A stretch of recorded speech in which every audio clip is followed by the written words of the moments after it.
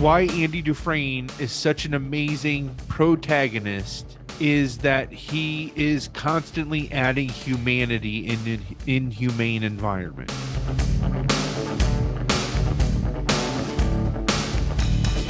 The last time I remember crying that long, was election night 2016. Oh. But for different reasons.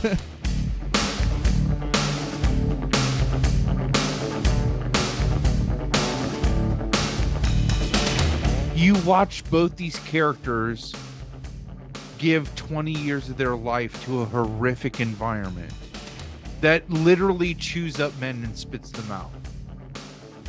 Unless they refuse that. Like that sort of defiance of Andy and that turning up the music or whatever. Just refusing to let that small part of him be caged.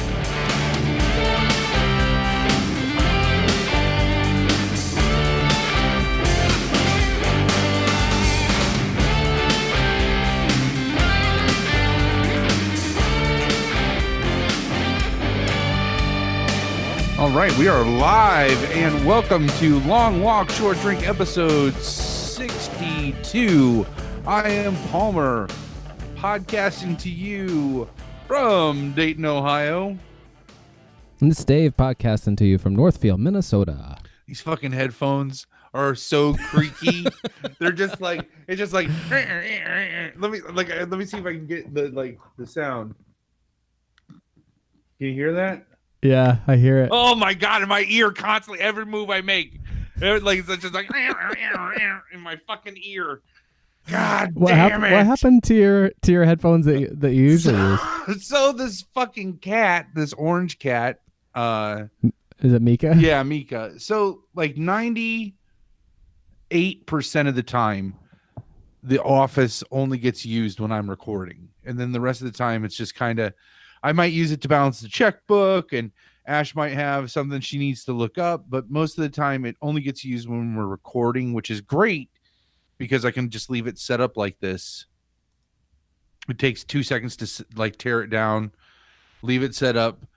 I come back, another 2 seconds, it's up and ready to run. Well, until we got this cat who's just like everything is hers. And so I had my headphones, my good studio monitor headphones plugged in, and she like took them and tried to run with them. And the only like silver lining in it is I kind of picture almost similar to Tom and Jerry, like when the dog would run with his like the chain on, and he'd run and run and run and run, and like Tom had the line drawn like where he knew how far the chain would go. I picture Mika running with my headphones in her mouth, like, these are fucking mine. And like running full speed, like, I got them, they're mine. And then like hits the end of the cord and is like, like that. Gets jerked back. Yeah. And so that must have happened. And they ended up in the middle of the floor, and on a fluke, like Ash was in here and stumbled and then stepped on him and snapped the like right in the middle. There's no way to fix them, so I'll just order another pair. Like at least they don't cost $250. And Moto, if you have any insight on a good inexpensive pair of studio headphones, that would be, shoot those my way, because I would definitely take a look at them. So I know he's got 3 that he uses for different reasons. Oh, really? Yeah. Oh, man, that's... I fucking knew he would. Like, I was like, you just got to ask Moto, because, like, he'll set you straight on what you need. So, I know he's looking forward to joining us. I was texting with him earlier. Oh, that's great. Yeah, we, you text at, like, to see if I was ready to roll, and I realized that, like, I've been, like, radio silence for the last 2 weeks, pretty much. Ash and I have just been slugs, kind of just, we've had a lot of good winter weather, and that's kind of kept us in the house, and we've just kind of like hunkered down and really just stayed inside and go in long patches where my phone just kind of sits in one spot and I don't really look at it. So that's not a bad thing. No, or at least in my estimation. Yeah, I just realized that we hadn't talked direct. Like just last night, you had chimed in on the group text and stuff, but I was just getting things set up, and I was like, oh, let me just make sure, just in case, because then if I'm sitting here, I'm like, so yeah. You want to crack a beverage and get into it? Yeah. Look, Moto's already on there. He's like, "What's the budget on the studio headphones?" Let's just say, I don't know, like what? Oh, that's the $250. I was like, Yeah, that's why you said that earlier. No, $250. I would prefer way less than that. I mean, my mixer was only $80, so I would say less than $80, but preferably in the $50 range. Magnets. Whoa. Oh, $30 right here. Oh my God. Sennheiser. Yeah. The HD 202 with neodymium magnets. Yes. All right. So yeah, let's crack a beverage. So long walkers, grab your beverage of choice. I'm right now. Aldi has stepped up their beer game, and they actually have like actual microbrew beers. This is I've had this before. It's Elvis juice. It's very good. What sort of a brew is that? It is a grapefruit infused IPA with natural citrus flavors. So nice. We're the bride and I are gonna have our second annual viewing of Girls Trip. So grapefruit. If you've seen that movie, anyone's seen that movie? I was on the mind today. For me. if you're not familiar with that, check it out. I was gonna. I can't get beer in like at just any place here. Like I couldn't get it at an Aldi. I got to go to a liquor store in Minnesota here, and I have all this beer in the garage left over from like visitors and stuff. But it's like there's like Heineken Light and Triple X or whatever. Oh, is it Triple X? Dos Equis. It's Triple X. So I don't know. I passed this billboard of a beer I didn't even really necessarily want, but it made me realize that I don't have a beer I'm excited about. So I made an extra stop, and I grabbed this on a whim. The La Quintas 2018 One Hitter Series. It's a coffee stout and aged in rye oak barrels. So we'll see how that is. It sounds yummy though. Yeah, that sounds delicious. Yeah. You ready? All right, I'm ready. On 3. And 3. Wow. Awesome. It's a heavy one. Taller one. So you were starting to tell me that you hadn't really necessarily done a whole lot to speak of since we last long walked. Oh no, I mean I've done lots of sluggish things. Yeah, I was just going to tell you or ask you to tell me about those things. So did you guys get like a foot of snow and stuff? Yeah, the weather's been really weird.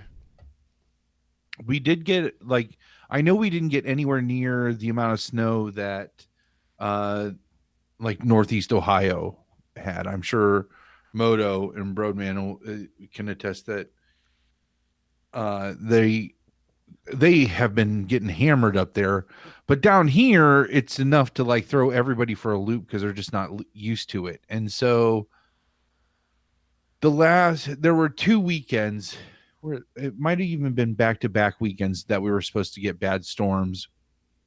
One of them happened to be this past weekend, which happened to be Martin Luther King Day weekend. So it was a 3-day weekend for us. So we just kind of, I sold a pinball machine. And so I ended up buying, I got PlayStation Virtual Reality, which is just amazing and mind-blowing. And so we got that and just watched movies and played that over the weekend and just had a good time with that. Oh, cool. So so when you sell a pinball game, that's like a physical one that you have in your house or through the Yoda thing? Oh, Yoda no. Connection. No, like one of my own personal collection. I sold one. Oh, through or does it matter? Can we help you out sell other things, or is it a one-off thing? Oh no, it was just kind of a one-off thing. So no, I appreciate that. Probably you do like Craigslist or no, excuse me. I happen to know the person that they were just looking for a pinball machine for their garage, and I had one that was perfect for that. So if I would have done any more work on it, I would have been able to charge more money, but it would have cost me more money into it. So I basically did the work I needed to do to it, which got it running and got it functioning the way it was supposed to function. But it didn't cost me anything other than the actual purchase of the pinball machine. So I was able to flip it for like a ton of profit, which was great. Oh, sweet. So yeah. And movies? You said you watched a bunch of movies. Any of them that you want to tell me about? So we've seen, since the last time we talked, we've seen, I can't remember, did we talk about Bandersnatch at all? Like the Black No, I've never heard that word. No? Okay. So did we talk about Bird Box? Sort of. Only we haven't watched it yet, so you didn't tell me much about it. Okay. All right. Yeah. So we watched that, and then Netflix also came out with this, the show Black Mirror on Netflix. Yeah, you mentioned the interactive one. Yeah, that's it. Okay, yeah. So I did talk about. That's the other weird word. Bandersnatch, yeah, is the name of the movie. Yeah, it's Black Mirror is the is like Twilight Zone presents, but this is Black Mirror presents, and then the name of the actual movie is Bandersnatch, which is the name of it's like the titular book that is the central token in this story. Like this kid has this book, which is a choose your own adventure book, and it is kind of mirrored in the movie. So does it connect the different? Are there different? No, there aren't different stories. There's one story that could go various ways.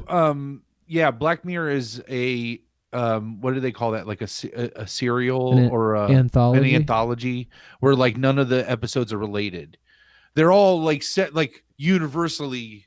They all take place in the same universe at different stages but they all center around technology in some way. And so, yeah, that was really good. We watched. So do you remember me talking a few, this was a bunch of episodes ago, about the guys that make the show Workaholics? And then they made this Netflix show movie, and it was the analingus. It was the analingus. You remember me So those guys made for Netflix, and Ash and I happened to watch it, and it I gotta try to remember what the name of it was, but they basically it's a teen comedy, and these group of teenagers go camping, and inadvertently one of them ends up cutting off his dick, and then hilarity ensues as they're trying to Jesus. Because they have a cooler full of beer and an identical cooler with the penis in it, and Lifelight is taking the kid out, and when they take him out, they take the beer cooler, and the stupid idiot friends are left with the cooler with the penis in it. And so then the rest of the movie is them trying to get the penis to their friend so that his penis doesn't can be reattached. Oh man, is that a movie or a series? It's a movie. Okay. It was so twistedly funny. I'm not doing a good job of selling it right now. I mean, that's definitely intriguing, cringe-inducing also, but yeah, I'm sure it's more fun than. It is it is very cringe-worthy. Continue watching. Let's see here. Had you seen it before? Because I felt like you had mentioned the dick part. I did. Jeez. But had you seen it back? Did you watch it again, or you saw it for the first time? We saw it we only watched it the one time. Oh, okay. Oh, there it is. The package, a Netflix film. Jeez. We also watched Crazy Rich Asians, and we watched The Green Room. The Green Room. That's the one with Viggo Mortensen. That's up for a bunch of. Is it Green Book? Oh, Green Book. Am I making that up? No, I think it's Green Book. Yeah. Green Room was the one about the. Jesus, that was the bad switch. The Green Room is, I'm pretty sure, the one about the Nazi bar where the kids see the murder at the Nazi bar, and then the Nazis slowly pick them off one by one. Oh, I knew that was something. Yeah. I'm not familiar with what that must be. But Green Book is is what I meant. Book. Okay. So Crazy Rich Asians and the Green Book, both of which those were both very entertaining. They were awesome. So. Oh, that's excellent. Yeah. It's Crazy Rich Asians. Crazy Rich Asians. Jeez, is that what am I trying to ask? Is it I've heard different things, but some of what I've heard is like, yeah, it's just like your most straightforward romantic comedy. But is it a good one? I like romantic comedies. It is a good romantic comedy, yes. She basically is just a normal, average, everyday woman in New York City who is dating this guy, and she has some kind of knowledge that she knows he has a really good job and he has a bit of status in New York, and he asks her home for his cousin's wedding, and she realizes how wealthy he actually is when they get on the plane, and it's like a suite. There's not rows of seats or anything. There's just 2 seats and like a TV and a dresser and beds, and like on this plane for them for this 14-hour flight for them to go over. And she realizes they're like crazy rich Asians. Like, so she finds out, she meets up with one of her friends from college who is also very wealthy, where they are. And when she finds out that she's dating this man, they're like, they are the elite of our culture. Like they're like rock stars, like paparazzi follows them. Yeah. And so she's like has a single mom and all this stuff. And it's how it ends up being that, like, essentially the story is she's trying to prove herself. It is Meet the Fockers, but the other way around, where it's like, she's trying to prove that she's worthy of this woman's son, who had, like, the opening scene, they go to Australia or somewhere to this private hotel, which I didn't even know such a thing existed. Like, you're only allowed to stay at this hotel like by invitation only. It's just like a normal hotel, but you can't get into a room there unless somebody you're invited there. And so they go to check in, and they're like, the manager and the bellboys are like completely racist against the mother and her son and the grandmother. And so the grandmother goes, like, they basically tell them there's no room. She's like, I've had these reservations for months and blah, blah, blah. And they're like, there's no rooms here. Maybe you need to stay downtown, like insinuating like over in China. He's like, maybe Chinatown would have some rooms for you to stay in. And so she, like, the next scene is her out in the rain in a telephone booth, like screaming into a telephone. And she goes back into the hotel, and the owner who lives in the hotel comes down and is like, oh, I am so sorry. And like, he's like, tells them, he's like, I've decided to sell the hotel to her. And so like, she like bought the hotel just to like show these men up who treated her like shit. I mean, it was really like vindicating. Bruce Wayne move. Yeah. Remember that? Oh, yeah. Yeah. Is it the like, Dark Knight? I think I'm going to buy it. Like, come on, Bruce. We have plenty more hotels for you to buy. That's what the model says to him. Yeah. Jeez. So yeah. And Green Book, so the bride heard some things about the behind the scenes of that movie. I mean, essentially that, is made by like a white guy, and then about this other struggle, and they never reached out to the guys, the original guy's family, or whatever. So she's some of the story might be embellished, like their relationship might be embellished. It was more, like, from what I had heard, his estate came out with a statement that said that it was a much more like a business oriented relationship than a friendship. And I get all of it. I understand all of that, but at the end of the day, it's a movie that's there to entertain me. It's based on a true story. And I have to, I mean, they're going to take artistic license. It wouldn't be a good, like the end of the day, he still did the right thing. Like he defended that man that he worked for. Sure. Okay. So yeah, he did it because he was working for him. At that time, it still had to have, it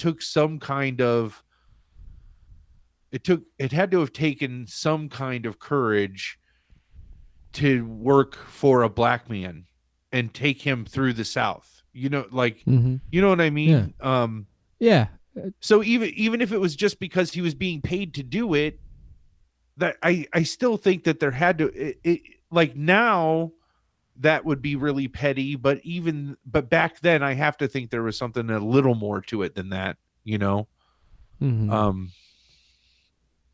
But even if not so, that wouldn't sell tickets. That wouldn't. I think it was a good story to tell. You know, it sounds like a good message at least. Yeah. And I mean, I think it really did have it had a good story to tell. So, and I found the African American character he really blew me away. He did a great job. I like that actor. I can't think of his name off the top of my head. And I found that. I'll look it up. But I just found that character fascinating. It was,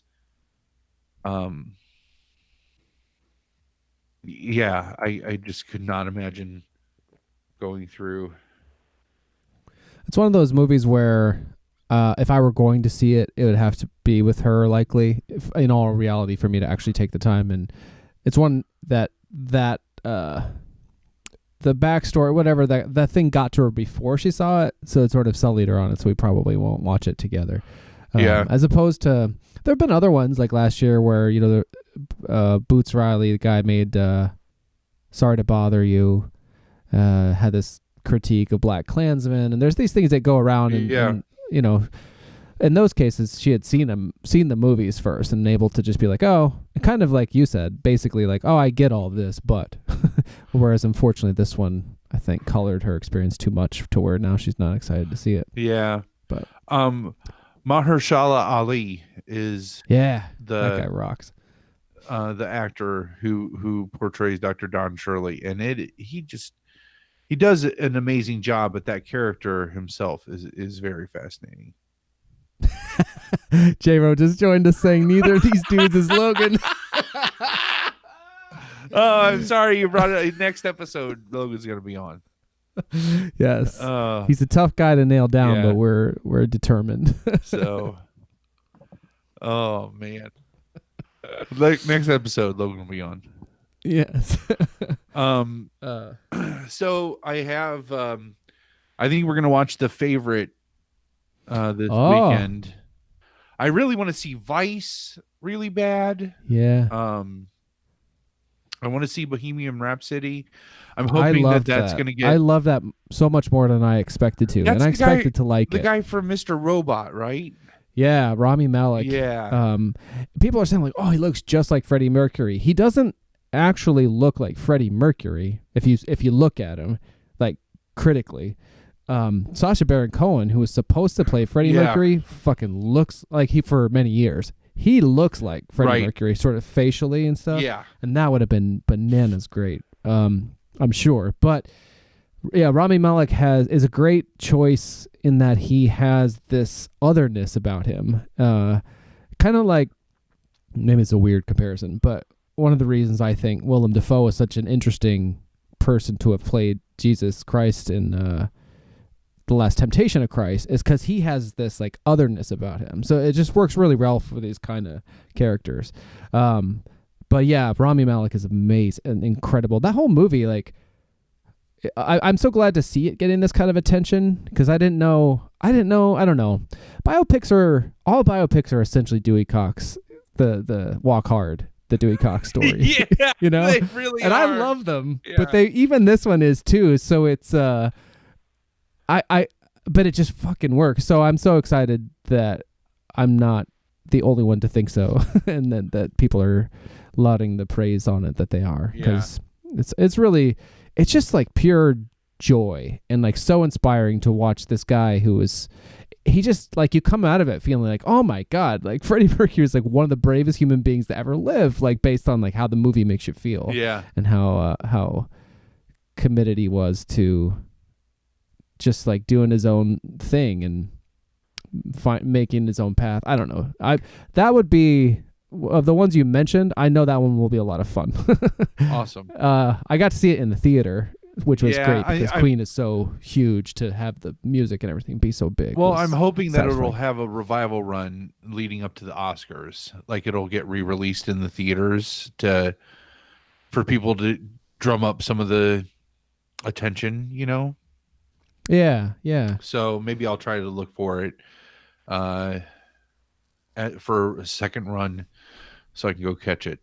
But Vice I want to see, and I say Roe was saying it was weird. The director's decisions were confusing.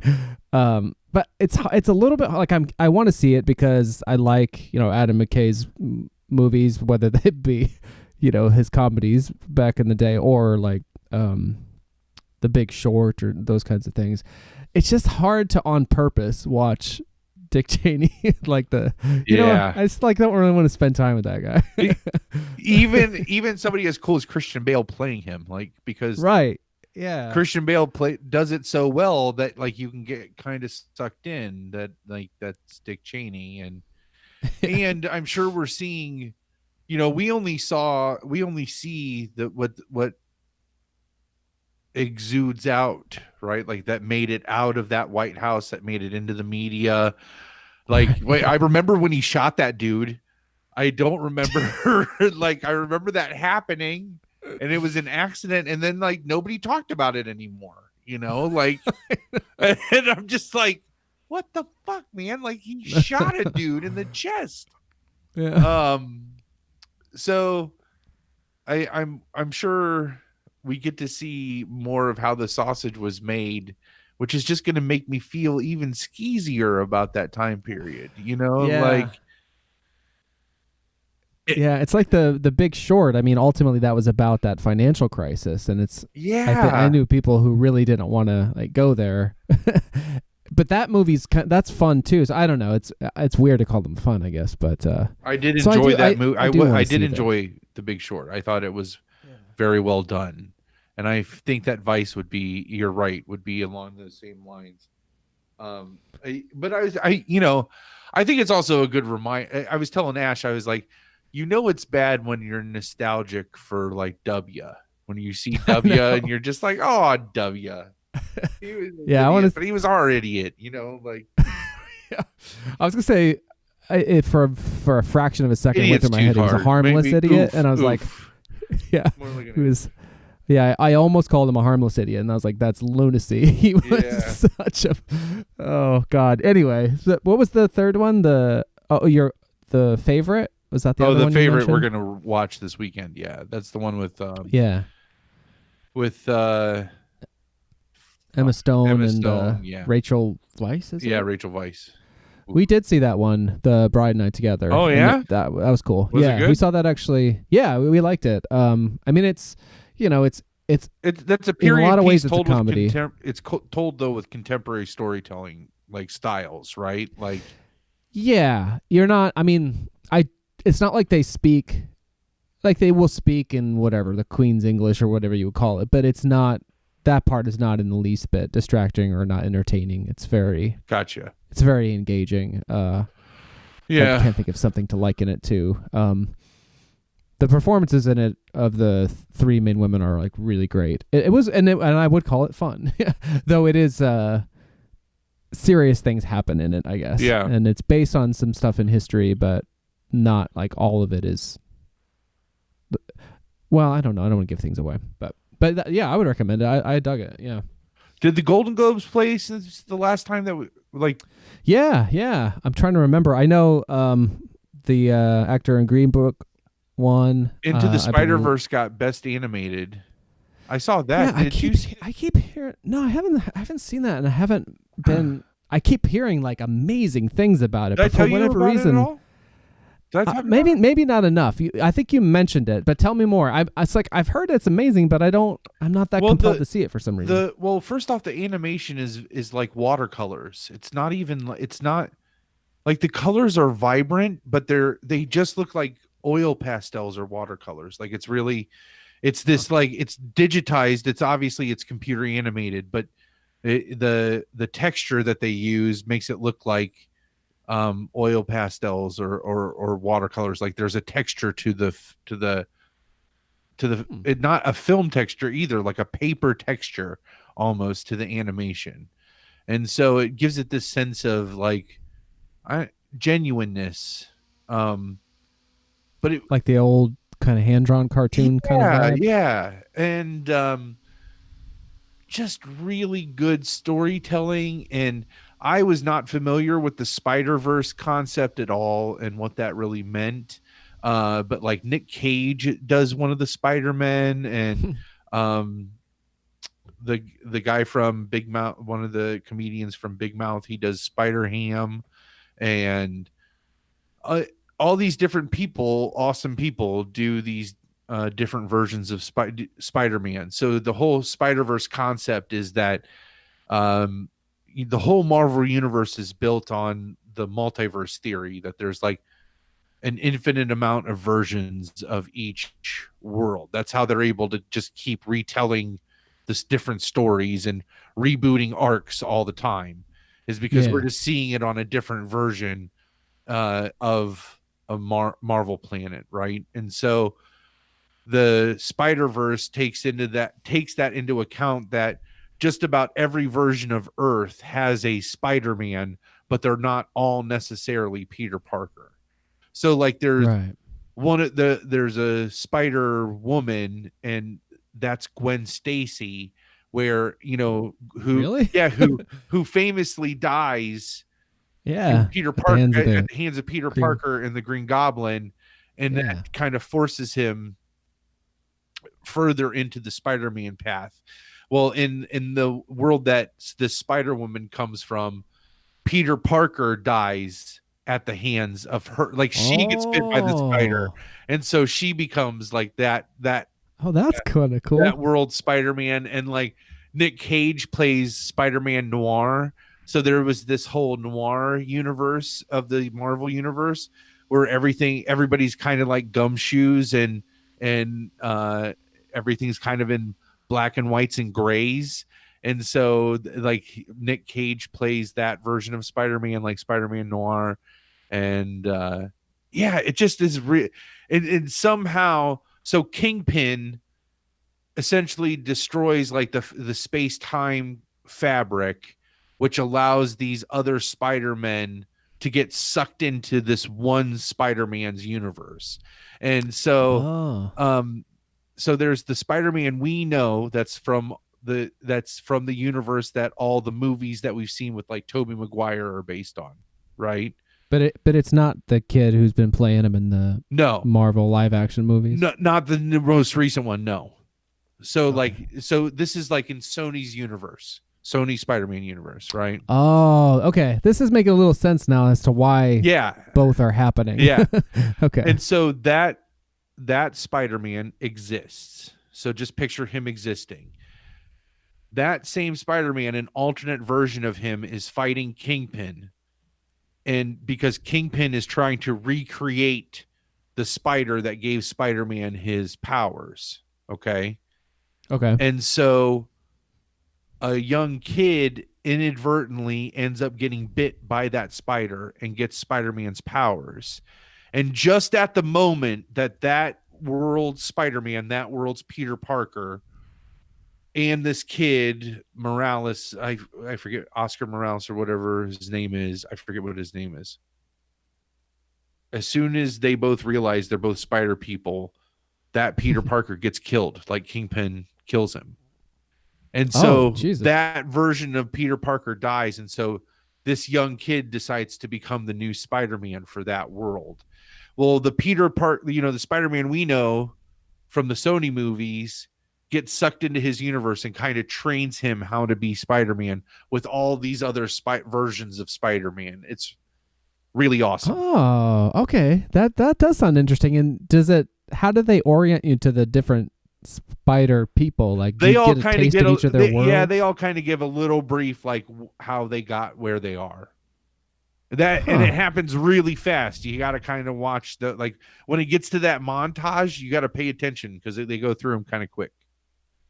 Nice. But yeah, and a quick if it really throws you off, I got the majority.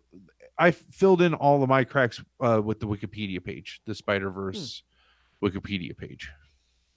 I'll have to make a point to get into that. We haven't been going to the movies much, and well, we did yesterday, but not to see anything new. I just wanted to mention. Let's talk about what you saw. Jeez. I will, but the guy from Green Book that won the Golden Globe. Oh yeah, let's talk a little bit about the Golden Globes if you want. Mahershala Ali. The reason I'm most familiar with him is because he played a character called Cottonmouth in the Netflix Luke Cage series from Marvel. Which the first half of that first series, they canceled it after the second one. But the first half of the first one, in which this guy features prominently, was really awesome. Actually, really. I had never seen him before, that actor. And that was where I saw him, and he blew me away. And then he's got that small role in Moonlight, I think. Yeah. But he's like a magnetic, exciting guy. But that's really what I think of this Cottonmouth. But anyway, I thought I'd throw that out there. But I was happy to see him win. I can't remember a lot of the people who did win. I really honestly didn't even really watch it. We did watch it. We do watch it. Fuck it. We don't need to get into it. We got other stuff to talk about. But it was nice to the Oscar nomination came out, and I was kind of disappointed, kind of mixed emotions about those. I only heard highlights about that. Black Panther got nominated for Best Picture, first superhero movie. Yeah, I heard that, and Black Klansman, and basically for some of the nominees for Best Picture, I was like, oh, I've seen those, which is rare, but it also seemed weird at the same time that I've been having a little bit of superhero burnout, I have to admit. Yeah. That's partly why I haven't seen the Spider-Man movie. I don't know. I have liked the ones I have seen, without fail. I've always left being like, wow, that was so much better than maybe I felt going in. But Thor Ragnarok, Black Panther, those are the last two I can remember. Avengers, Infinity War. Yeah. I don't know about that because that was such a bummer. I was just kind of pissed. Oh, it was so the ending was such a downer. They tried to go for Empire and they just overshot it. I know a lot of people love that too. That one less so. So I was not necessarily happy about that one. Thor Ragnarok, I think, was a fucking masterpiece. I ended up really enjoying that. I really enjoyed Black Panther. Both times already, I was just in my mind. But the bride sort of not dragged me, but it was her idea. And I'm thinking in my head, I've mentioned on the show that I wasn't excited, and then ultimately was really on board for both. But I guess what I'm saying is I haven't had the innate excitement for those kinds of things for a while, and just a little frustrated that that's the main channel. I don't know of stuff. Well, at the same time, I haven't seen a lot of these other, more adult movies. Unfortunately, or maybe fortunately, this is the high watermark. I mean, they're doing them great. I mean, we've talked about that too. I love the Marvel. They're very entertaining and and I love how they they generate funds that make other great Disney movies. Oh yeah, Ralph Rex the Internet. Oh yeah, you never told me about that one. I didn't watch it. We didn't see that one. I wonder. Oh, I thought you went to the theater to see that. I know. I did. Or maybe you were going to. We meant to plenty of times and just never got around to it. But that got nominated for Best Animated Feature, I think. So there's that one. The most excited I have been at a new movie that I saw that I can recall was Bohemian Rhapsody. I actually gently wept through the last half of that and said for what the reason I mentioned earlier, you just kind of come out of it because it focuses on the period like up to Live Aid. So where Freddie Mercury knows that he's got AIDS and all this, and but it's but I said to her that, and it's true, like the last time I remember crying that long was election night 2016. But for different reasons. But so anyway, that's just one more thumbs up for Bohemian Rhapsody, I guess. But yeah, just haven't seen a lot of these newer things yet. Oh yeah, never mind. I was gonna say that was the last I saw it in theater, but we did see The Favorite, and last night we went to the Alamo Draft House because they were playing The Crow. That was so awesome. That was cool to see on the big screen. What anniversary is that? 25th this year. 25th. Yeah, it would be in May, but I can't remember why they were showing it. They're showing it as part of some sort of series. Jesus, we're fucking old. I know. Yeah, it was. But it was great. And the bride went with me. She had a fondness for that movie before we met because of just the cultural zeitgeist at the time and the VHS release with the Brandon Lee interview at the end and his having passed away and stuff. Yeah.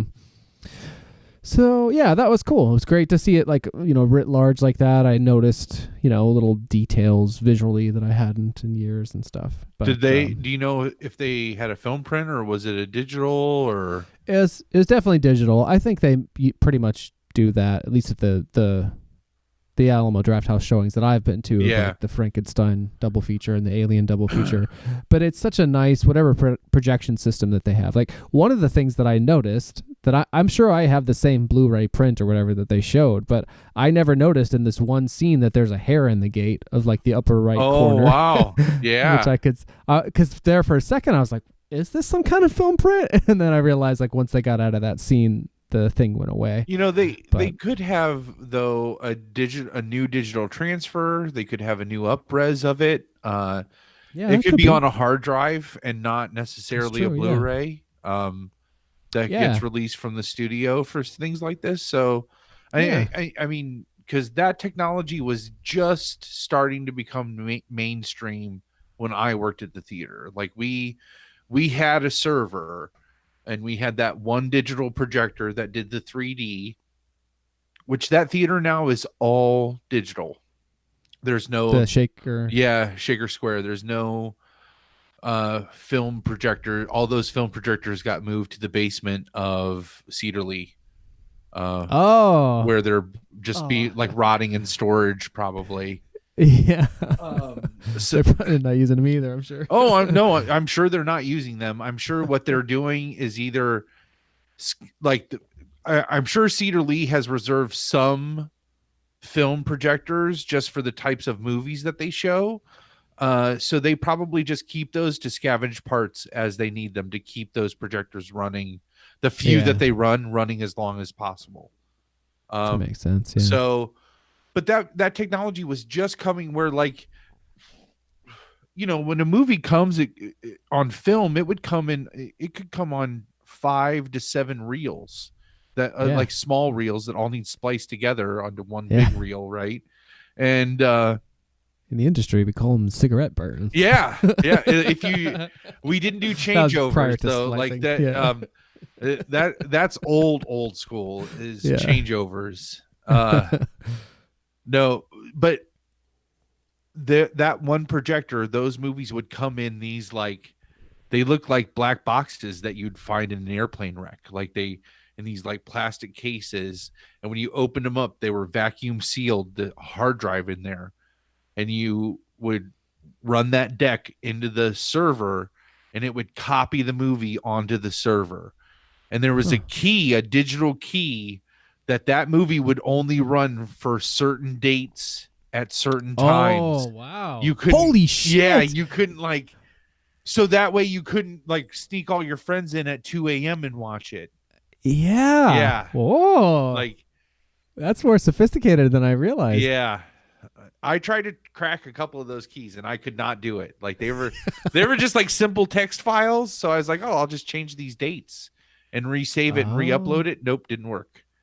So there was some kind of encryption in there that I could not copy. But that's cool. Yeah, that's how, I mean, and the cool thing was now you don't even have to go to the projection booths. You can run everything from the office, from the ticket booth if you wanted to.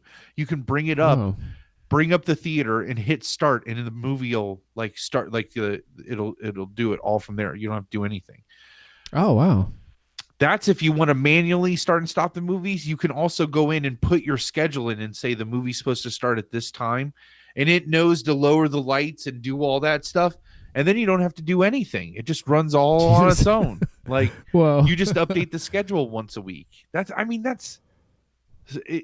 You're taking the job of multiple people, and one person could do that, you know? Yeah. Like, it kind of taking the humanity out of that process. This is neither here nor there, but it just sprung into my mind. I mean, it's about movie theater experiences, but remember that scene in True Romance where Clarence and Alabama meet during the screening of Street Fighter? They're like in the theater. Yeah.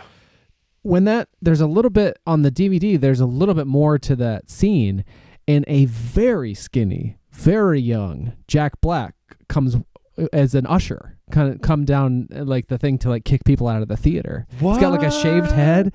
Yeah, it's so kind of, I don't know, it just sprung into my mind as like, one of those jobs that would be less necessary perhaps in a automated situation. But he played a douchebag friend of an older brother or something in some movie a long time ago too. Let me see here. I can't believe he's in True Romance. I mean, he's not in the release print, but he's in the, and he's part of that. Well, I don't know. I was a little surprised by watching that Hot Ones, Tenacious D Hot Ones, where they're talking about how he and Kyle got together as Tenacious D, like back in the late 80s. So yeah, and they did not like each other, right? Yeah, which I can I think both of them have. I think their characters are based on some bastardized, exaggerated form of their actual personalities. Yeah, I mean, most popular rock personas are like that. Yeah, if you think of the big ones. I can see both of them being really off-putting to try to yeah. And honestly, their talent was the only thing that really brought them together. I love that thing when the Hot Ones where Jack Black was saying about they're kind of like Kanye, except for they have their thing is like what you're saying, like this kind of exaggerated thing. And he goes, except for with him, I think he believes it. Just oh, that's hilarious. Are you thinking of To Die For, or is it even earlier? The movie To Die For. Biodome. Oh wait, Tenacious D in Biodome. Biodome. Tenacious D is in Biodome. That's crazy. Oh really? Yeah, holy shit. I know he's in Cable Guy, but I think it was before that. The bride has been to the real Biodome. She went in an academic capacity in the last few years. Yeah, and studied something about it, not the biology of whatever it is, but yeah. Anyway, that was a weird digression, I guess, but yeah. Anyway, and yeah, we the thing I love that Alamo Drafthouse chain. Like, it's so cool what they do there and how they elevate the experience of going to the movies. And but yesterday we did have not a great experience because we had a bad waiter essentially. But other than that, the bride and I in this last couple of weeks, I've been doing stuff. Mostly I've been digitizing a lot of things. I've been kind of working on this goal thing we'll talk later about. I've been making some good progress on my Dog Days sort of anniversary edition, which obviously I'll talk more about that when it's a real thing, but it's been a work in progress for quite a while. It was supposed to be a 10th anniversary, and that's not happening because 10th anniversary was last year. But the bride and I watch certain things together, and there's been a little bit of a gap in a lot of the broadcast stuff we watch. So we watched together Homecoming. It's an Amazon Prime series starring Julie Roberts and directed by Sam Esmail. I wanted to watch that. It's really good. I don't know. I think it's a combination of Sam Esmail's, the director's cinematic approach, which is very deliberate. In some ways it's Kubrickian, but it's just one of those things where it's a very distinct style. Yeah. Very, very stylized approach to the medium. And from Mr. Robot, like he established that, and he's carried it over to this. Though he's changed it for the story, but anyway, I think it's a combination of that cinematic approach and Julia Roberts, like one of the biggest movie stars like ever, in the lead role or in a lead role, makes it feel like a movie, and in a way that even some of the television stuff that is elevated to the level it is hadn't quite felt. I know that the gist of that is it's a rehab center for people with post-traumatic stress disorder, right? Yeah. And but it seems that there's more than meets the eye. Yes. Yeah. So that was very worthwhile. We watched that together. We would binge in little like fits and starts. Oh, okay. But I would definitely recommend that. If I have a Dave's Digs or whatever for the week, that would be it.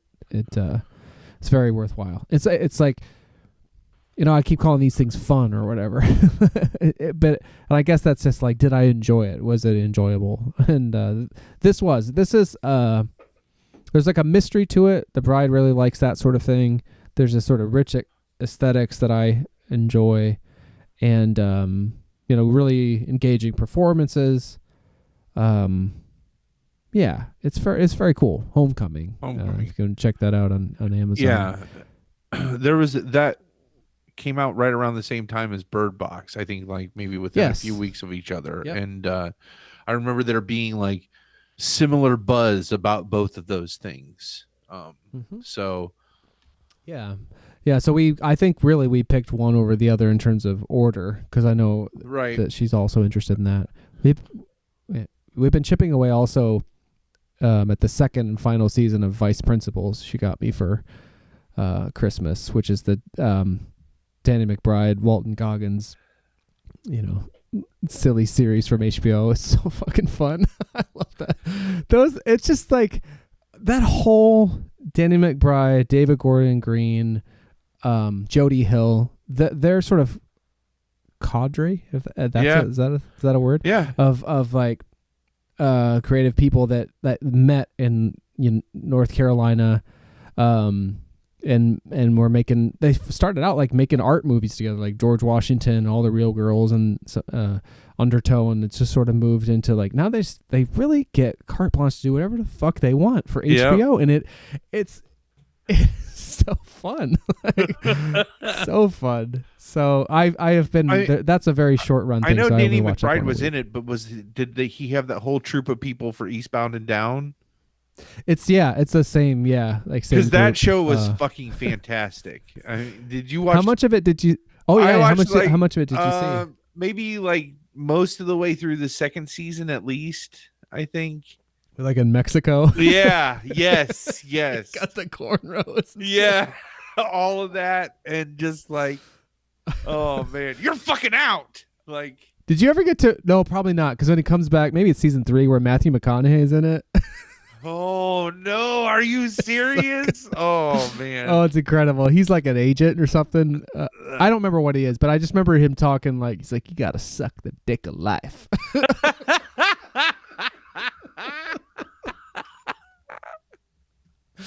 Oh man, that's awesome. You know what's funny is do you remember All the Real Girls? Like the movie, not just the bust ass scene? I've never like, seen the movie. Vaguely? All I know is the bust ass scene. Like, these pants are new as hell. That's all I know. That's all you really need. I mean, that's a fantastic movie, but that scene is like the funniest thing Danny McBride's ever done in my estimation, that deleted scene. But there's an actor who's in a lot of their stuff, who's gone on to be in all kinds of things. I don't know when this guy sleeps. His name is Shea Wiggum. I think I'm saying that right. You would definitely know to see him. He's a really well-established character actor who started, I don't know if he started with them, but he's in a lot of their projects. Sam Wiggum? Shea Wiggum, like Shea. He, I mean, some of the other mainstream stuff he's in was like Silver Linings Playbook. He played brother in that. Oh yeah, I know that guy. Yeah, he's in fucking everything. Yeah. But like he's in both He's in several. He's in Vice Principals and Homecoming. Yeah. And he's just in fucking like everything. And I think he was in one of the movies we saw. So he's just like everywhere. He doesn't get a lot of attention, but I think one of these days he really will. But anyway, that's kind of what we've been watching. And this may be a segue, but the first new movie I have seen in 2019 is The Shawshank Redemption. Oh shit. So let's just boop right into this. Oh, okay. Let's take a step back first. So then that must mean you either got at least through Rita Hayworth in The Shawshank Redemption in different seasons. Just Rita Hayworth in different seasons. Okay, so that's all you've read so far. Yeah, I figured, I mean, there are four stories in Stephen King's different seasons short story collection, and 3 of them are feature films. So I think I'm going to watch them as I go. And the 4th one is unfilmable, and you'll know why when you read it. Yeah, I'm a little tempted I was going to jump ahead because I want to make sure to like savor I don't want to rush too much, especially because some of the Stand By Me is one of the most beloved movies, and popular culture and cinema history or whatever, and certainly The Shawshank Redemption. So anyway, but in the audiobook, it's not so easy to like skip ahead and know where you are. And actually when I finished Rita Hayworth and Shawshank Redemption, like it's got those great final lines, of Red saying like, I hope this, I hope. Yeah. And then, but like in the audiobook, no sooner does that syllable finish than he goes, app pupil. And it's like, what the fuck? Yeah. So I had to like stop it. I was like, oh no. Yeah, I think that's the like lossless. I think iTunes like takes that out so that it just jumps to the next track real quick. Oh man, that's funny. Okay, so you went through the book. I found if I remember, the book almost was like a great treatment for the movie. Like the movie really like flushed out the important bits of the book. And sorry, I just pulled up my notes from that sounds right. Or it's such a limited view, right? It comes from Red's third hand. Well, some of it's just downright like legend at this point, like the point that Red is writing it down, and some of it is he telling the story like at the hotel before he goes, or like is that even a part of the story that he goes down and meets back up with Andy then at the end? In the novella or whatever you call it, like that, their actual reuniting at the end doesn't happen. Okay. Which is one of the things special to the movie, but the general narrative, I think he writes in prison. So just for, I don't know, I didn't see, so Shawshank Redemption is celebrating its 25th anniversary this year as well. I never saw it. Like in all those years, I tried one time to watch it, I think like on TBS, and I was just like in a bad emotional state myself, and there was one of the early scenes of like who's gonna crack on their first night and break down in tears, and I was literally just like, "Fuck this! I can't watch it." Yeah. And then I haven't watched it. And I've been a little scared of it, and also just never had the right opportunity until now. But the general gist of it, in case you're not going to watch it, or just so you can follow along, is it's the story relayed by one prisoner, Red, who's a long timer, serving a life sentence in prison, Shawshank Prison, about this guy called Andy Dufresne, who was a banker who went into prison for killing his wife and her lover, and eventually, spoilers, he breaks out. Andy Dufresne does. But the book is like written from Red's point of view, telling about like what he knows of Andy's situation, etc., and up into a certain point where they start to become friends, and then he can speak to it on a first person account. And then towards the very end, once Andy has broken out, he sort of tells, he's like, here's how I think it would have happened. Yeah. And then he comes back one more time, like you think it's the end of the story, and Red comes back one more time to say like, oh, and I'm out of prison now. Yeah. And didn't think I would ever, write more of the story, but and then there's like a little coda to it, but it's pretty, like, it's 100 pages. Yeah. In the 19. It's not very long, and it's all the major beats of the movie. Yeah, it's like the whole movie. Yeah. In fact, the movie includes a little more than this book does. What's the year on it? 1982 is the copyright of the short story collection, Different Seasons, that Palmer got me from a birthday, and the Blu-ray. So that's like the starting point of it, and it's, I don't know, like, I enjoyed. I was scared. Like, I remained a little scared of it. Yeah. And in the first, so many pages of the story, it starts hard, like with Andy getting like raped by the sisters, as they call them, and it's just like, I was, and the bride. The whole first act is horrific. It starts with a murder. Yeah. He gets found guilty. He goes to the hardest fucking prison, like, in the state. That scene is hard. That first scene where they're all taking bets. All the, like, guys that are already in prison, they watch the guys getting off the bus, who it's their first day in prison. Yeah. And they start taking bets on who's going to be the first one to crack that night. Yeah, like emotionally. And Clancy Brown plays the hardest fucking screw in Shawshank. Which the guard, I guess. Yeah. We should say, like, it takes place in the book over even more time, like from the, I don't remember what, 50s to the 70s or something, or anyway, it's in the past. In the movie, this is one of the things I love. The movie really shows passage of time with Red's multiple parole hearings. Yes. So it starts out, he's very young. Like, it's amazing how much he ages. I was floored by that. Over the movie, right? Yeah. Because he's like so young in that first scene. It's his parole hearing. It's when he meets Andy Dufresne. It's Andy Dufresne's first year, because even the movie is kind of told from his perspective. Yeah, Red reads the narration, and it's Morgan Freeman in the movie, which is fucking awesome, obviously. And so he is so young, and it's these parole hearings, and everyone marks the passage of time in the movie, where there'll be his next parole hearing. And it's kind of this running theme through the movie of, like, everyone up until the last one, he tells them what you would expect them to want to hear. He's almost got like a rehearsed script. Yeah. He says exactly the same thing in two of them. And he gets rejected for parole. He's been in jail, by the way, since he was like 15 or something crazy. Yeah, since he was very young. And the last one, he's like, because the question is always, have you been rehabilitated? And the other cool thing with those, there's so much jam-packed into those scenes, because the parole board commissioner is a different kid every time. Yeah. Like, they get progressively younger as he's getting older.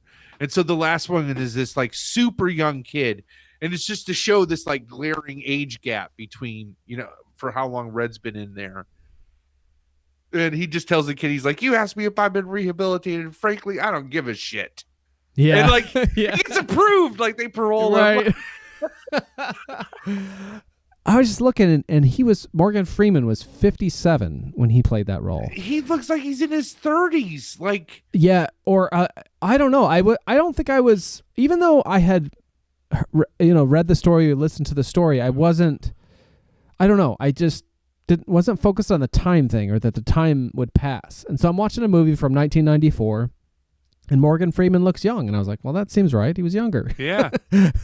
And then it wasn't until they started to, like, age, and then I realized, like, 7 is like the next year. Yeah. And that's one of the, like, for me, I know he's played many things, but that's actually the role of Somerset in 7 is the one I most readily picture him in. And that's an older cop at that time or whatever. He would have been like 58 when he filmed. Like, that would have been age appropriate. So it's probably towards the end of Red's story where he's playing his actual age. Yeah.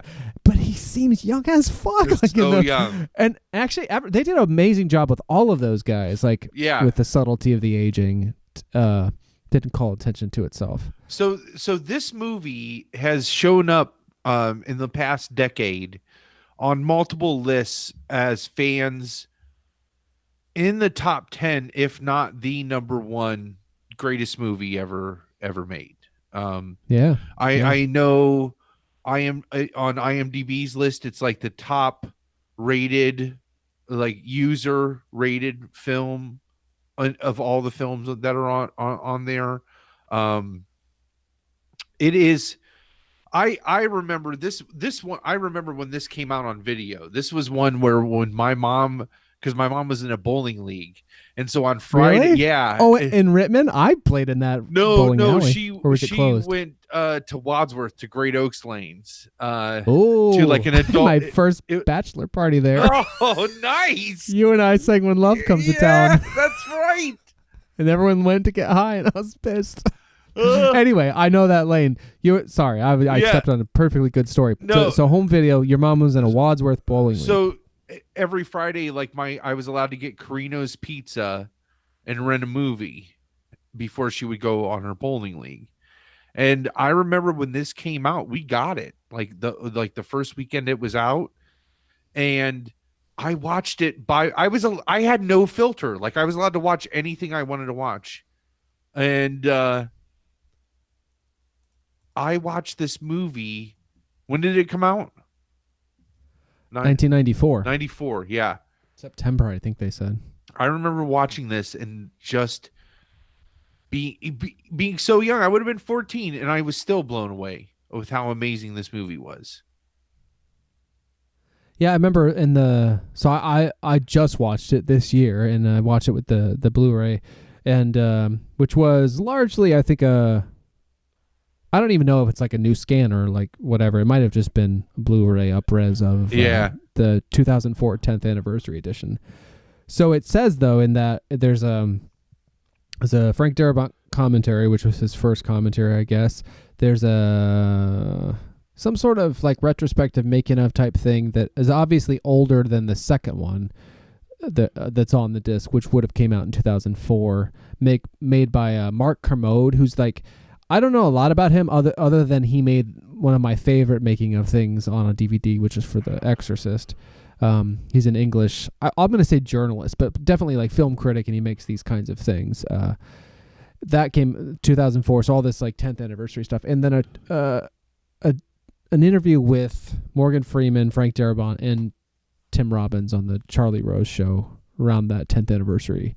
So that's the perspective they're coming from. And they're coming from that perspective of the 10th year anniversary pretty consistently, like in mentioning it, and a lot of you can tell like it, I don't know, that's a mark in time from when these sort of supplementary materials were made. Because basically, I guess I mentioned that, and I'm sure they do too, is because when it came out in 1994, it was not a commercial success. It ultimately got like 7 Oscar nominations, but it won none of them. Yep. So the home video thing is what made me chime in. They said it was the number one rental of 1995. Oh, home video. And that's where it kind of started. And I can totally see that. And it's just one of those movies that it's so good, and it's so vindicating. The ending is it's such a good payoff. I remember just being blown away with the ending and how good you felt. Like his escape, you mean? Yeah. Or they're reuniting? And all of that, and just like handing it to the warden and getting, everybody. It's very rare that everything tidies up so neatly for a Stephen King story, right? And you're right. And it just tidies up so nicely, and you feel like it sucks that Andy Dufresne had to go through all of 20 years of all of that he lost of his life, but look at all that he gained in those last moments. You know what I mean? In that last, or sort of because of those 20, 25 years. Yeah. Yes. Yeah.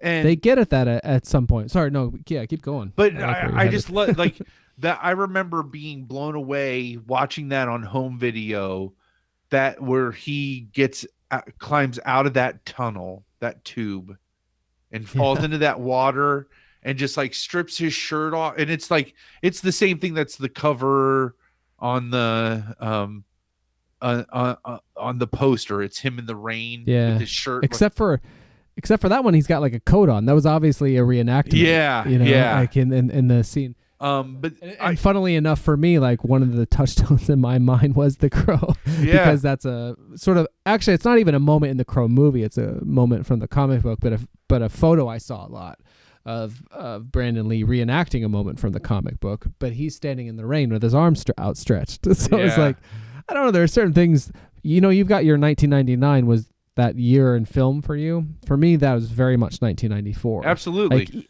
even in things like this that I had a striking awareness of, but I'm only just now seeing. Like that was some sort of zeitgeist for me. But yeah, so that's one of the iconic images in the movie of like freedom, of him arms outstretched under the rain, like out from the prison. Goosebumps. I mean, I'm thinking about it now and I'm covered in goosebumps. It just like, it's one of those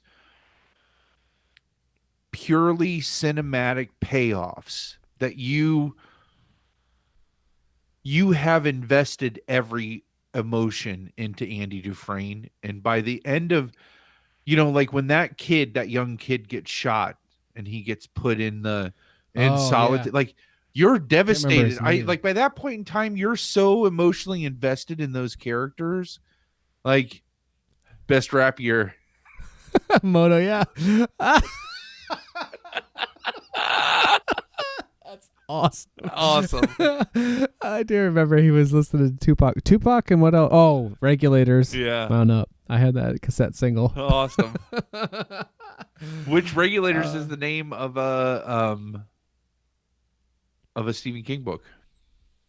The Regulators. Oh, that's right. Yeah. Is that the one that the Bachman double? Yeah, there's a Bachman. Maybe the Regulators is by Bachman, and what's this? The other one that's tied to that. Shit. Oh, I can't think. That's on one of our very first episodes. Yeah, but anyways, this was also Frank Darabont's and Stephen King's first like major studio collaboration together. Yeah, which is an interesting distinction because one of Frank Darabont's like early efforts or student films was one of those dollar baby scenarios for The Woman in the Room. I haven't seen it, but and I can't remember that story other than it was from Night Shift. But isn't that the one where he like gives his mom too many pain pills to like kill her? That sounds right. Yes. Yeah, it's just a weird title to just like put her out of her misery because and Stephen King wrote it watching his mom die of cancer, basically.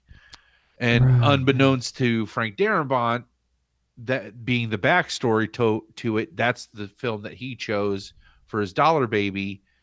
And the way Stephen King tells it is because the deal with the Dollar Baby is Stephen King gets a copy of the movie. Yeah. And he said he remembers watching it and saying this kid's going to actually do something, like he's going to be a director.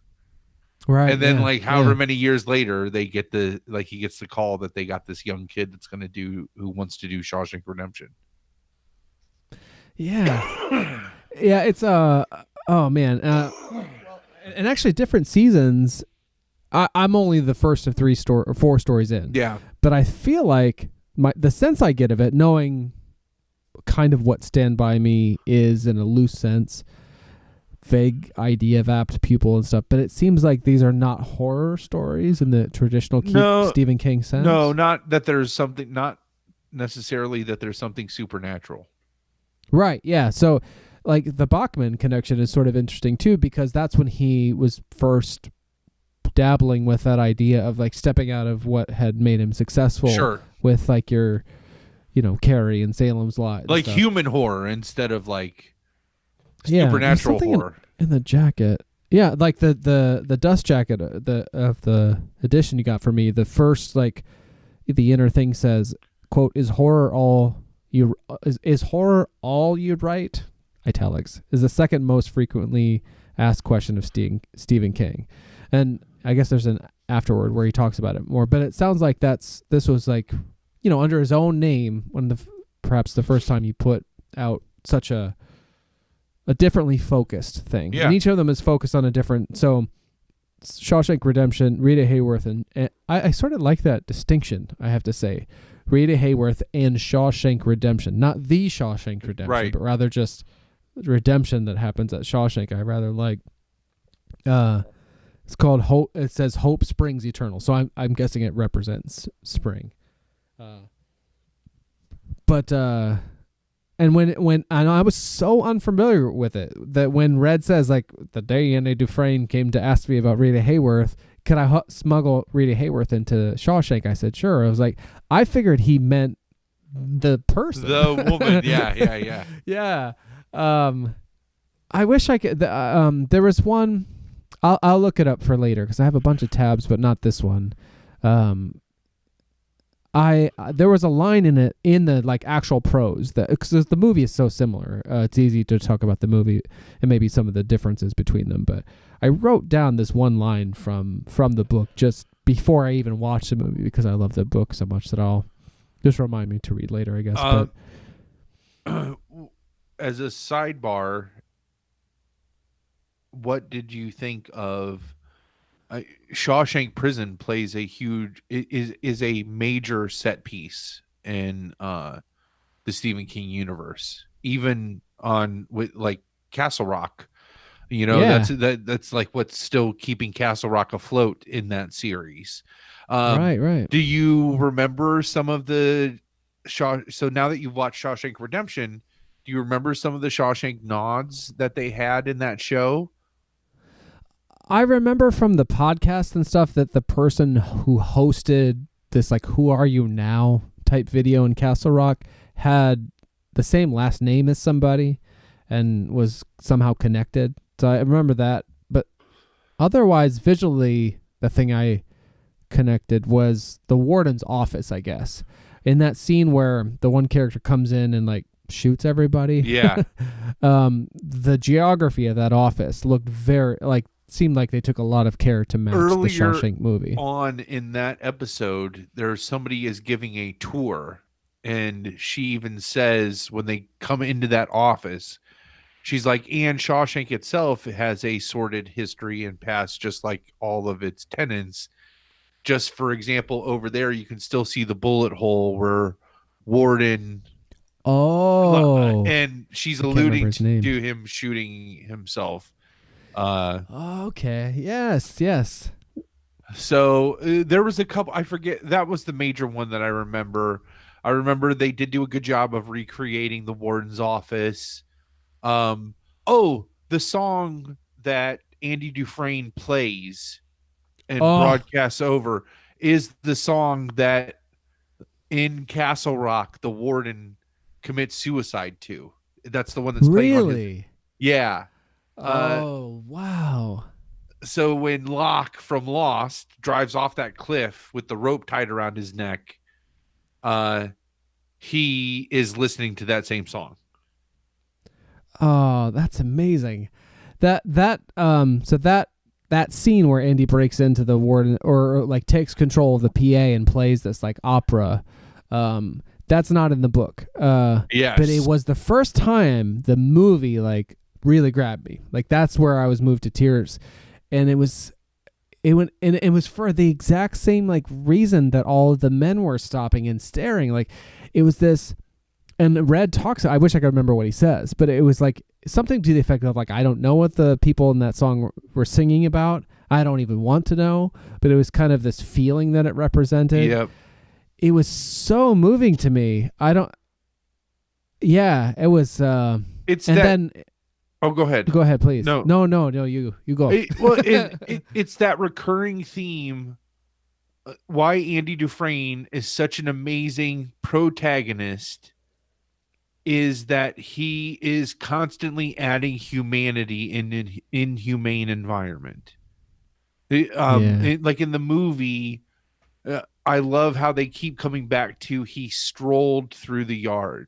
And we know by the end, we know his strolling was actually so he could kick out the dust that hit from his wall. Shit. I never even actually like really connected that. That's great. So, but like the fact that was Red's representation of Andy Dufresne. Like this place never, and that's why all those characters, when they're like at the end, when they're like, Andy's been acting really weird, they all know that that he's seen much worse, but now all of a sudden his humanity is gone, and and they all can feel it, and they don't know, and that's why he's like, he asked for 10 feet of rope, and they're like, and you gave it to him, and he's like, of course I gave it to him, it's Andy,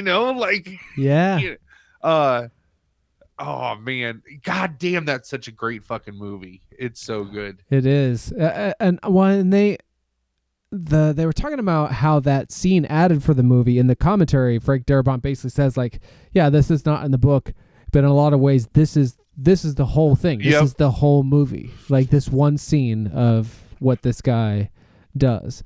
He's captive, but he sort of takes charge of his own humanity and he shares it with other people. It was great. I have very few notes, surprisingly, so I might as well I'll just try to hit them here. The Shawshank, the difference is the script and the faithfulness. So I have always heard that this is like a perfect script, and this is the best adaptation ever. Yeah. And so I was always aware of that. And there was a series of scripts published in the mid to late 90s. I don't know if it still is or not, but I can sort of picture the artwork. I have some. I have the Gods and Monsters version. But I remember Larry had the Shawshank Redemption script, and he said that this volume publishes the short story as well, and it's presented as this perfect thing.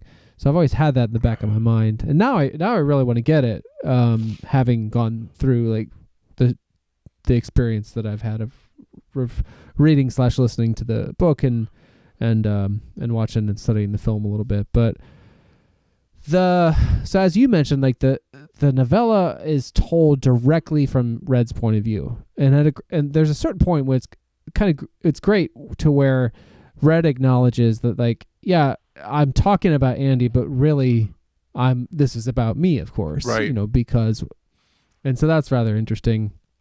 But what's great is and hearing about the journey a little bit of the movie from the page to the screen, as it were, the Frank Darabont was talking about, to him that seemed like such an obvious or cinematic choice, but he said even Stephen King hadn't really considered it as such, and it was their previous connection with the woman in the room short that helped a little bit to just to ensure that it was you mean telling it from Red's perspective, or well, just that it's not like you were saying the novella reads like some sort of treatment for the movie, but the movie is so meaning I guess that I'm guessing that the movie is so much more than is suggested in the novella, and I think some of why it's this paragon of the format, it's a paradigm of the format and paragon of this excellence in the medium, is because it adapts the story visually and opens it up, as they say, for scope, without ever losing the essence of what it is, and actually really adhering to it super faithfully, and in the few places where it deviates slightly, does so in a way that really keeps with where the story seemed to come from, and actually sort of makes it better. The movie is better than the book, I would say. And the book is pretty great. Yeah. I mean, they're almost apples and oranges, but the movie is just such a better, in my opinion, it was a much more fulfilling experience. I remember the movie. I don't remember the novella as much. You know what I like? Yeah. That makes sense, particularly in this case. Yeah. Another interesting side fact. So my boss from Hollywood Video, who is on an episode of WPLMR, PLMR or Palmer's Picks? Palmer's Picks, sorry. Oh, I got really excited for a second. No, geez. You shit. mean Bart? No, Chris. His name was Chris. Yes. Okay. He is an extra in Shawshank Redemption. That's right. I was trying to think. I was trying to remember if it was him or Joe Gaines that was on. Okay. Yeah, no. That's awesome. So there's a montage in the movie, another where they're progressing time through showing how Andy essentially sets up as a personal financial manager for the prison, essentially. And there's a baseball team who is there in one of the scenes to get their taxes done. And there's one guy, he's got his foot propped up on a bench, and he's looking at a piece of paper, and he's shaking his head like this. Yeah. That's my boss. That's awesome. Yeah. I bet that's on the Palmer's Picks thing. I'm soon to digitize those on the Panasonic AG7750. That's awesome. Oh, man. That's awesome. Yeah, because it was filmed in Mansfield, Ohio at this at the Mansfield Reformatory, which is a terrible haunted house. Don't even waste your money. Just in terms of not good. Yeah, it's not good. Just go for the tour. It's an amazing building. It's scary enough as a building. That's what several times they kept going back to the Tim Robbins anecdote when his son visited. They didn't say the age of his son, but he said it's like, this is a sad place. I don't want to be here, is what he told his dad. It's like they all felt it had this sort of this weight to it of all the sort of wasted lives and stuff. It is so true.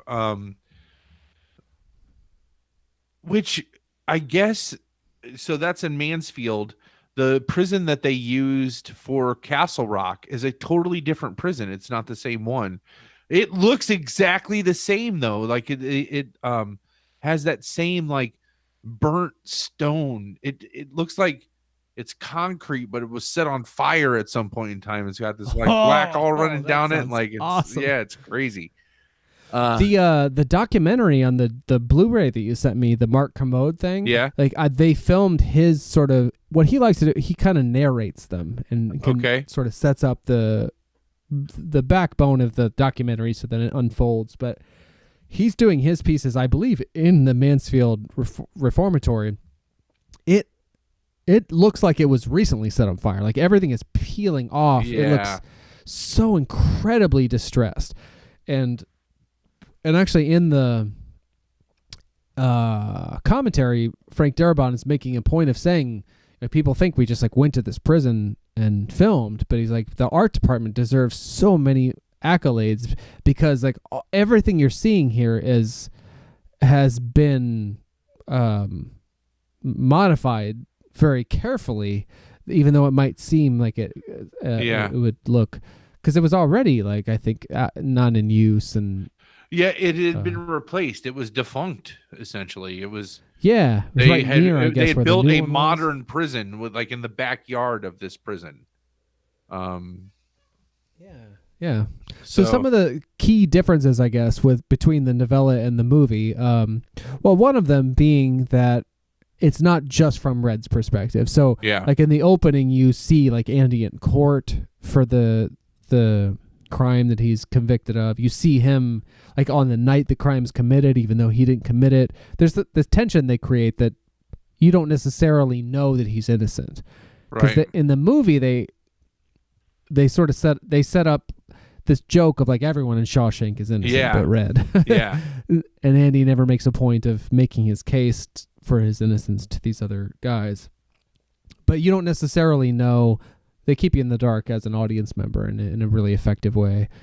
But so there's that. There's shifting the perspective so that you get to see more, I guess, instead of just hearing about it from Red talking. Maybe if it was theater or something.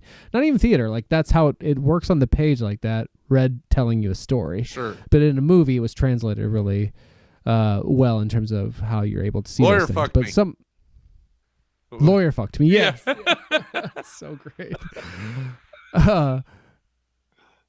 Yeah.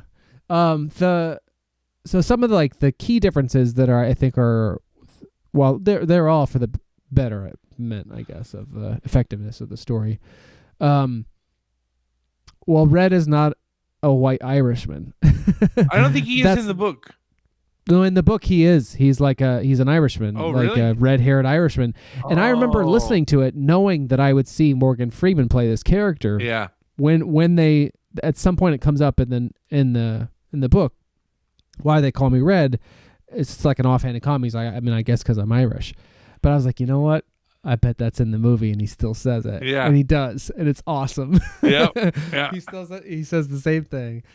I mean, that's not one of the differences. But that movie. You girls got any Irish movie. in you? You want a little more? That's not in the movie. Where'd that go? No, that's I think it's the lead singer from Thin Lizzy. Was this like 6.5 foot tall black Irishman? And so, yeah, Phil Lynott. Yeah, and so he would like on stage, he'd be like, "Hey, any of you ladies in the audience got any Irish in you?" And they'd all like, "Ah!" And he's like, "You want a little more?" Which I thought was like the most brilliant pickup line. Like, of course, because I'm such a chauvinist, but. I like it. Moto just chimed in with here's a story for another. The guides won't tell you. Phil Hartman from So I Married an Axe Murderer. They took That's what I was kind of pissing in the bitches' ocular cavities. I actually went to that prison in San Francisco a few years ago on the tour, and so I had this like Alcatraz, yeah. So you have that sense of like, oh my God, like people were like they had to exist in these spaces. Yeah. And I know the actors were talking about that in like Tim Robbins said he spent some time in the space that would be known as the hole, but he always knew he would get out. It was just some idea to like have a sense of what the restrictions were physically, because I guess you couldn't stand up and stuff. Anyway, so some of these differences, I mentioned the casting, which is a key difference, but not really one that they intended. But so some of the things written where instead of there being several wardens, there's just the one. So it focuses that attention on this way to the cafeteria. That's Phil Hartman's last line. That's the next line, yeah. That's the way to the cafeteria. Sorry. I love it. No, it's funny because that's actually with the bride's cousin. That's one of the go-to lines, like that whole like pissing into the bitch's ocular cavity comes up a lot. So I Married an Axe Murderer comes up a lot with people who are excellent. All right, no. So multiple wardens, they didn't do that. One warden, yeah. Who I thought so this guy does such a great job as the warden. Bob Gunton. Yeah, I didn't know his name, but I knew his face certainly. I can't see him as anything other than the warden from Shawshank. And the other things he's been, I'm like, oh, that's the warden from Shawshank. Yeah, I can imagine. And he's such a snake and just like so fucking sleazy and yes. Yeah, that's one of the ways they show the passages of time in the novella. But yeah, I think it was wisely condensed in the movie to be that one guy. And then that I wish I could remember the name of the character, but there's this younger prisoner who comes in, who it's this moment where it seems like, I don't know, like I guess I must have known from that image of him with his arms outstretched that Andy would escape. Like I said, I didn't know this movie. I didn't know this story. So I'm listening to the book. I don't think I was ever really thinking that he would get out, or that was not a foregone conclusion for me as a new audience member. Tommy is that kid's name, the young kid. Tommy, yeah. So basically in the story, this younger character comes like as a new prisoner, and it comes out that he was in another prison with basically the guy that did kill Andy Dufresne's wife and her lover. So I mean, people presume that because he was being cheated on and he was enraged and he had a gun and all this stuff, that Andy Dufresne killed his wife. and the guy that she was sleeping with, but he didn't. Turns out to be this guy that Tommy shared a cell with. And so at this point in the story, like Andy's really like engaged in prison life, and he's helping the warden out and all this. He's got this stuff going. And then he goes to the warden and says like, oh my God, like it turns out, there's this new information, and there's this guy who knows of the actual killer, and I could get out. And the warden basically shuts it down because he wants Andy doing what Andy's doing for him. Yep. And in the novella, they just transfer Tommy to another prison and shut down Andy's hopes. And that is the thing that like breaks Andy's spirit. Yeah. Or comes closest to doing that in that story. And in the movie, they actually like his spirit is broken. Like, yes, too. Yeah. That's where they notice, the other inmates notice that he's not strolling around. He doesn't have that inner sense of freedom that he exudes. That draws him. Because I stepped on what you were about to say, but the warden actually kills that. Like has that.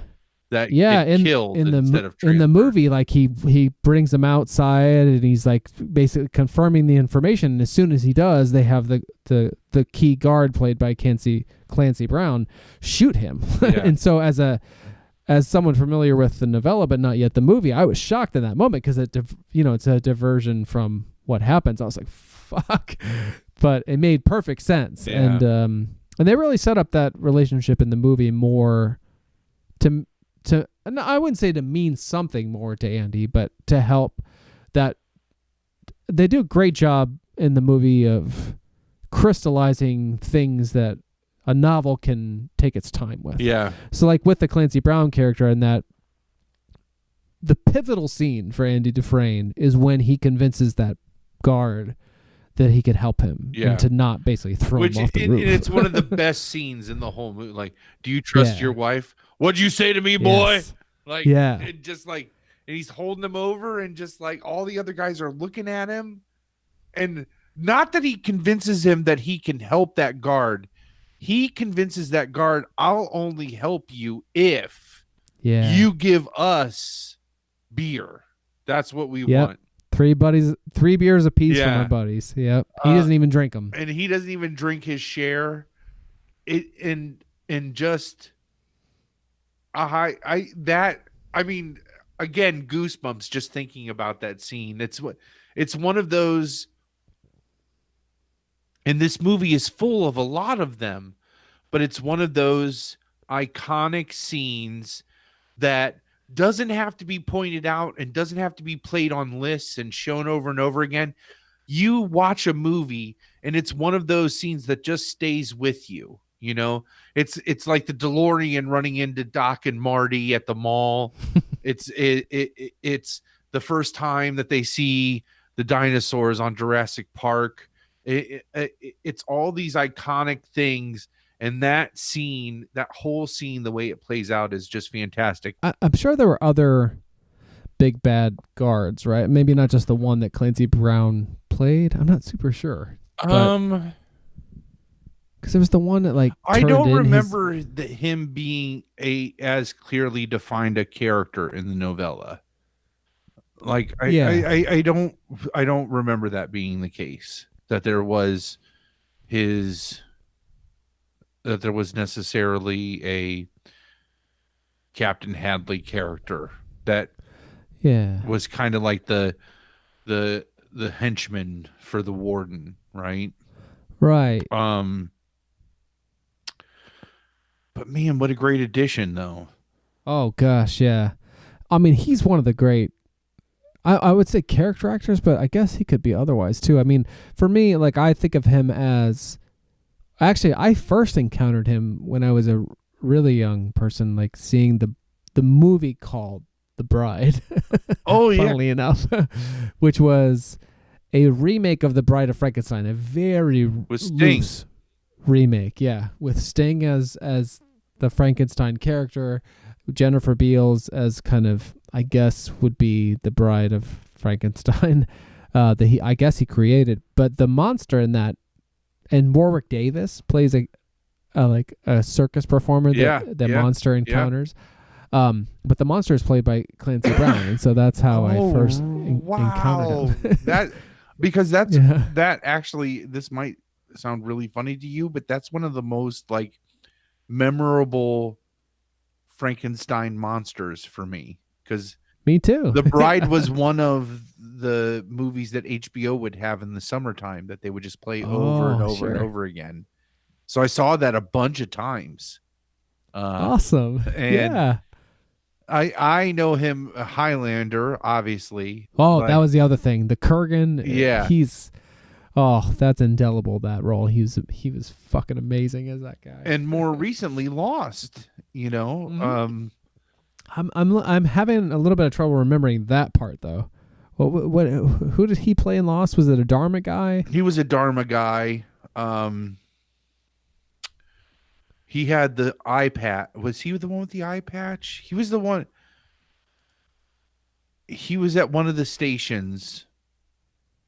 Oh no!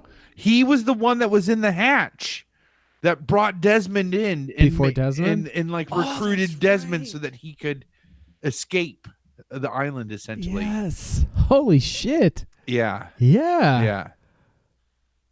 Clancy Brown rocks, and he's a fantastic actor. He's Mr. Krabby from fucking SpongeBob SquarePants. Like really? Yeah. I didn't know that one, but I like that. and also the pirate at the beginning of the theme song where he's like, "Are you ready, kids? I can't hear you." Like, and then they sing the SpongeBob song. Oh, that's great. Oh, he's incredible and plays such a menacing character in this that I think is there is one sort of lead guard that I think ultimately even becomes the warden and like chapped the ass of whatever the warden that was outgoing. And I think probably Frank Darabont used him to personify the guards and to help give the warden this kind of muscle, I guess. But that was, I felt like, a really strong adaptation move to where that scene where he does appeal to that guard. I think it probably is that actual guard in the novella on the rooftop that changes everything in his relationship to the other prisoners and such. But they add, I think, that first night where the whoever it is that breaks, like, I don't think it's in the novella that guard beats that guy to death. No. And that is so off-putting. I mean, that's like, that's your introduction to Shawshank, which it's very effective.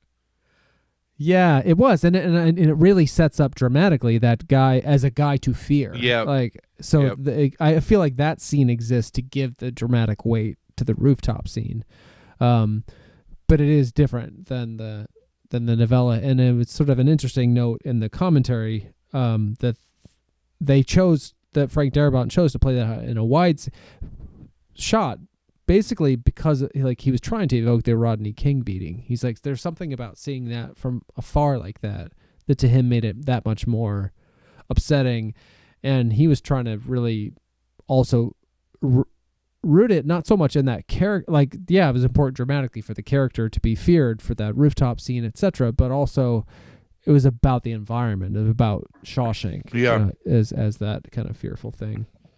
Couple other notes just of that were amusing to me or interesting to me. Morgan Freeman's narration is one of the most memorable things about the movie. Sure. Almost all of it coming directly from the novella, but in certain scenes where that plays out, they actually played it on the loudspeaker like a music video to sync the action to. Which I thought was pretty cool. That's awesome. The rooftop scene, but the two that were called out in the commentary was the rooftop scene because they're interacts a little bit. Like Morgan Freeman is relaying the events, and at some point Clancy Brown says something. Again, and then then Morgan Freeman chimes in to say, like, son of a bitch, managed to sound magnanimous, that kind of thing. So it was timed out carefully, I think, really effectively. That kind of, when they are able to pull that kind of stuff off, blows my mind in sound design, because it's like if they played that on a loudspeaker, their boom mics had to have been picking it up. Like, You sure. You know what I mean? And like, and to be able to pull that out so that way you don't hear that on the main feed of the film without making all that dialogue sound overdubbed, right? Like, like, because it didn't, yeah, and they weren't but at the same time, like, you could fix that in editing, but the way you would adjust that timing is by cutting away and stuff, and you don't have to, because there was the intention of that these long shots to show the kind of, I don't know, the continuity, the reason you'd want to hold on a shot, which a lot of shots are held a long time in that movie. And actually, Frank Darabont is very proud that there are only 3 inserts in the entire thing. Like, they weren't filmed on principal photography. And they're like, Andy etching his name into the wall, and Andy, it's like the bullets in the car at the beginning. I don't think he points out the third one, but those 2 are actually end up being like Frank Darabont's hands and stuff. Oh, wow. This is just a complete aside, nothing to do with anything except for me. But one of the other things about 1994 that is resonant for me is that's when the most faithful adaptation of the Frankenstein novel came out, directed by and starring Kenneth Branagh, but written and Robert by De Niro, right? Yeah, Robert De Niro as the creature, but that was principally written by Frank Darabont.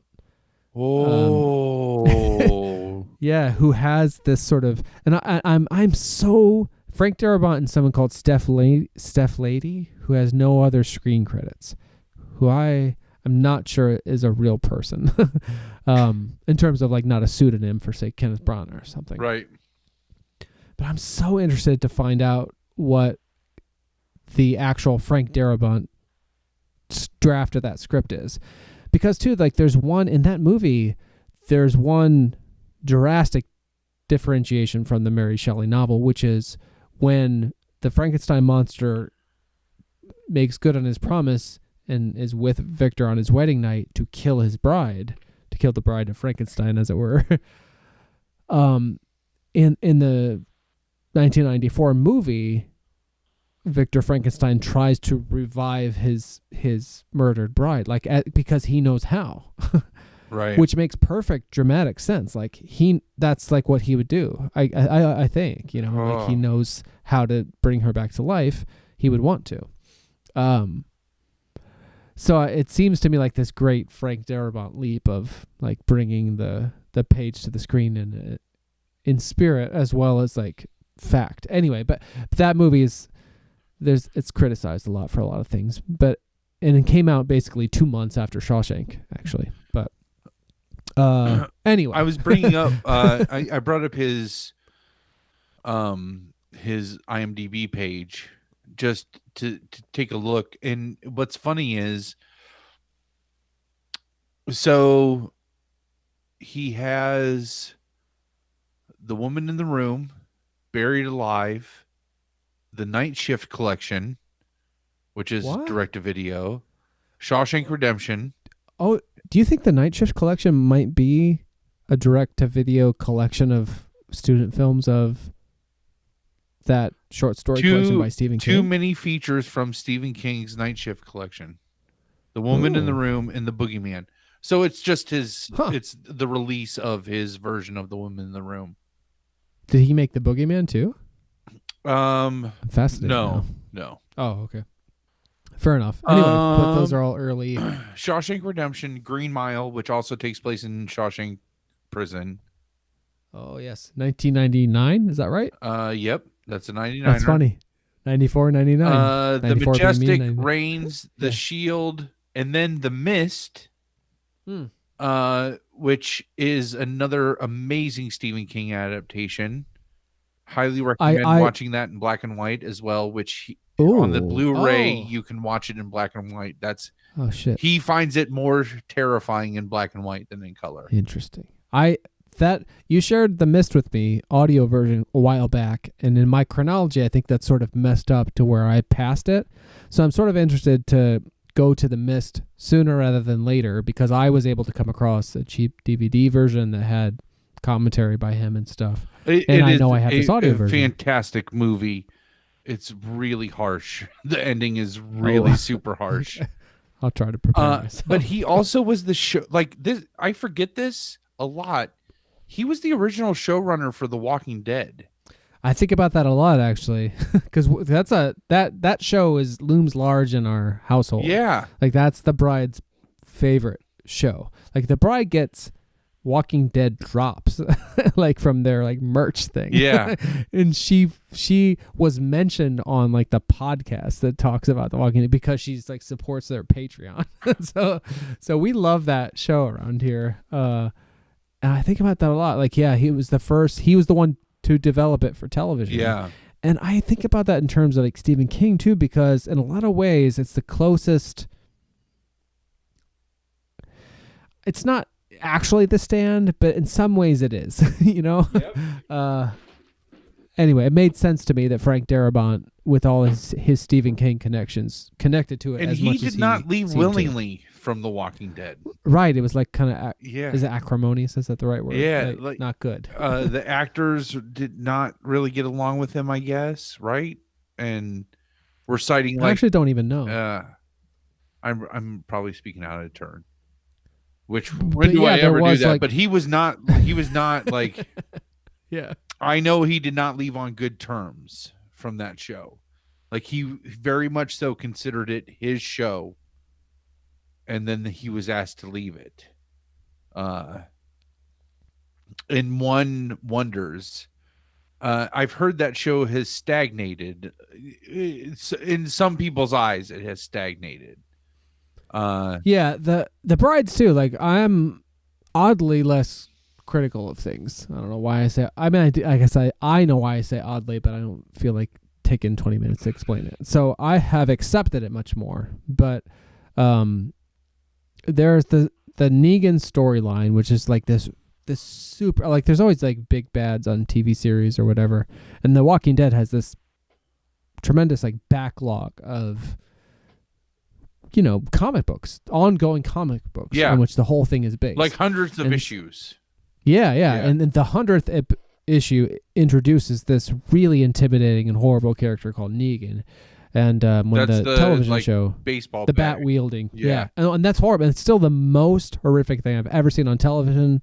One of the most horrific things I've ever seen in movies. Like the guy beats people to a bloody pulp with a baseball bat, and he likes to do it in this way that like terrorizes their friends. Like he won't kill you, he'll kill the person you love next to you. It's horrible. Geez. It's horrible. Anyway, so but kind of around that storyline and shortly thereafter, and in retrospect, people have been unhappy with how the show kind of unfolded. And well, I don't want to give a lot away, but anyway, yeah, I get a little off track, I guess, now that I think about it. To what the point is to this. Well, stagnation. Stagnation, yeah.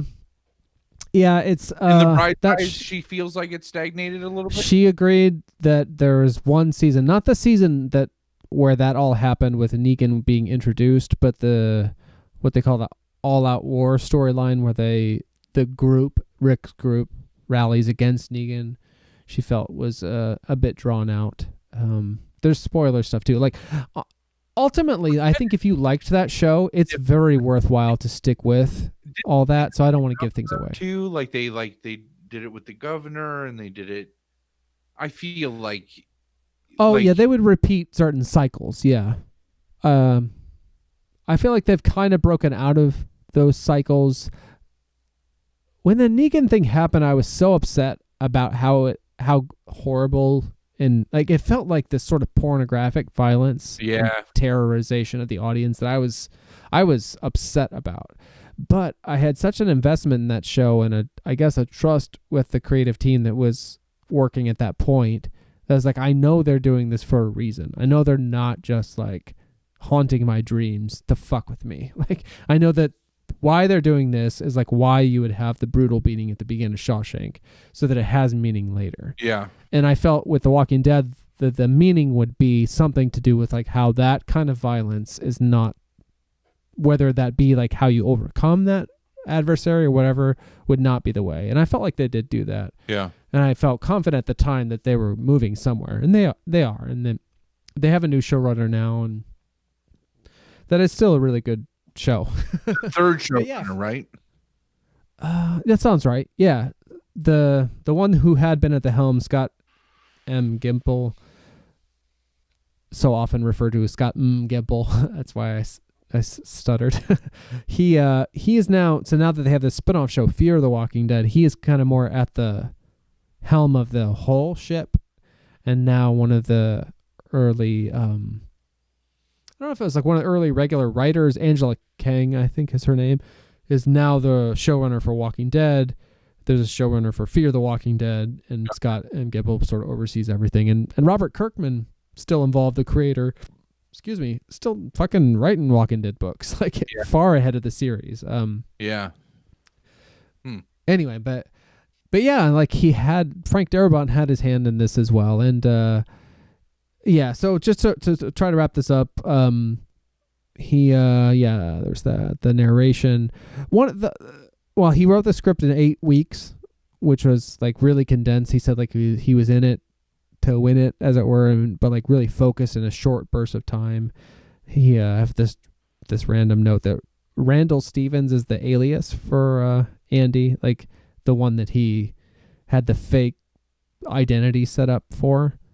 Sorry, well, in the book I think it's John Stevens. I could be wrong about that. It's a different Stevens, something Stevens, who they couldn't clear that name for legal for the movie.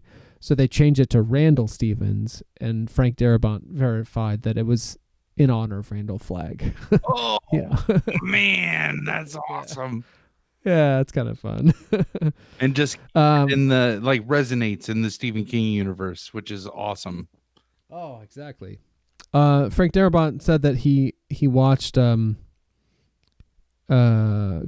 a lot while he was working on the adaptation to try to get a handle on the narration. He felt it was, that can be bad, like having a movie narrated, like that can be seen as a cop out. Is done very well. Yes. With narration. So that was kind of fun, like to know in retrospect, I guess. Yoda. I don't think he moved fast because he didn't have to. Like, and then I think that's the main. Karen. Oh, I'm sorry. I'll get in trouble for that one. The bride. She was just saying, like, I'm watching on YouTube. You seem a little drunk, bro. She's right. Well, I drank 5 Elvis juices, so. Oh, wow. That sounds like a lot.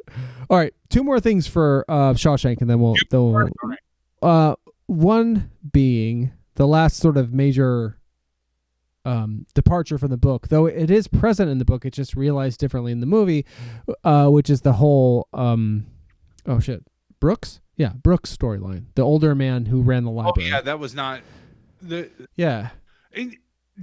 what's amazing is they add things like Brooks, like Clancy's character. Those things they didn't exist the way they were in the movie, in the book, but they just add so much. That's where I'm like, the book is just a treatment, where the movie like fleshes out all those details, like Brooks, like Clancy's character, where zeroing down to one warden, where they were just all smart choices that feel right. Like they feel like the right choice. That's how this is.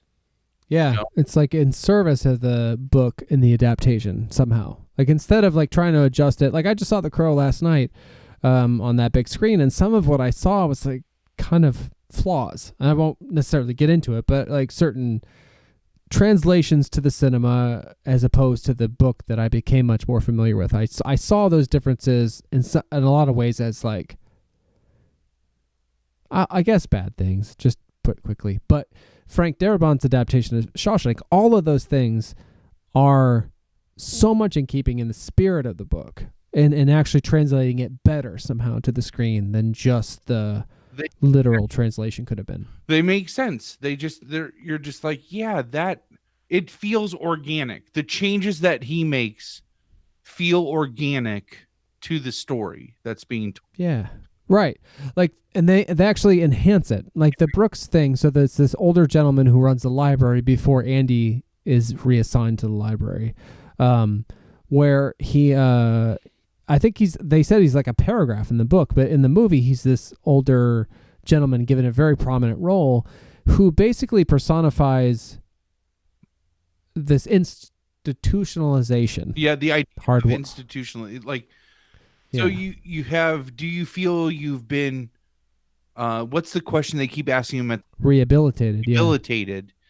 Yeah. So you have the idea of rehabilitation, you have this idea of institutionalization, and the conflict of those two things of like that both can result from your time that these men are spending, decades they're spending inside this prison, and how one of the two things can happen to you. Which one?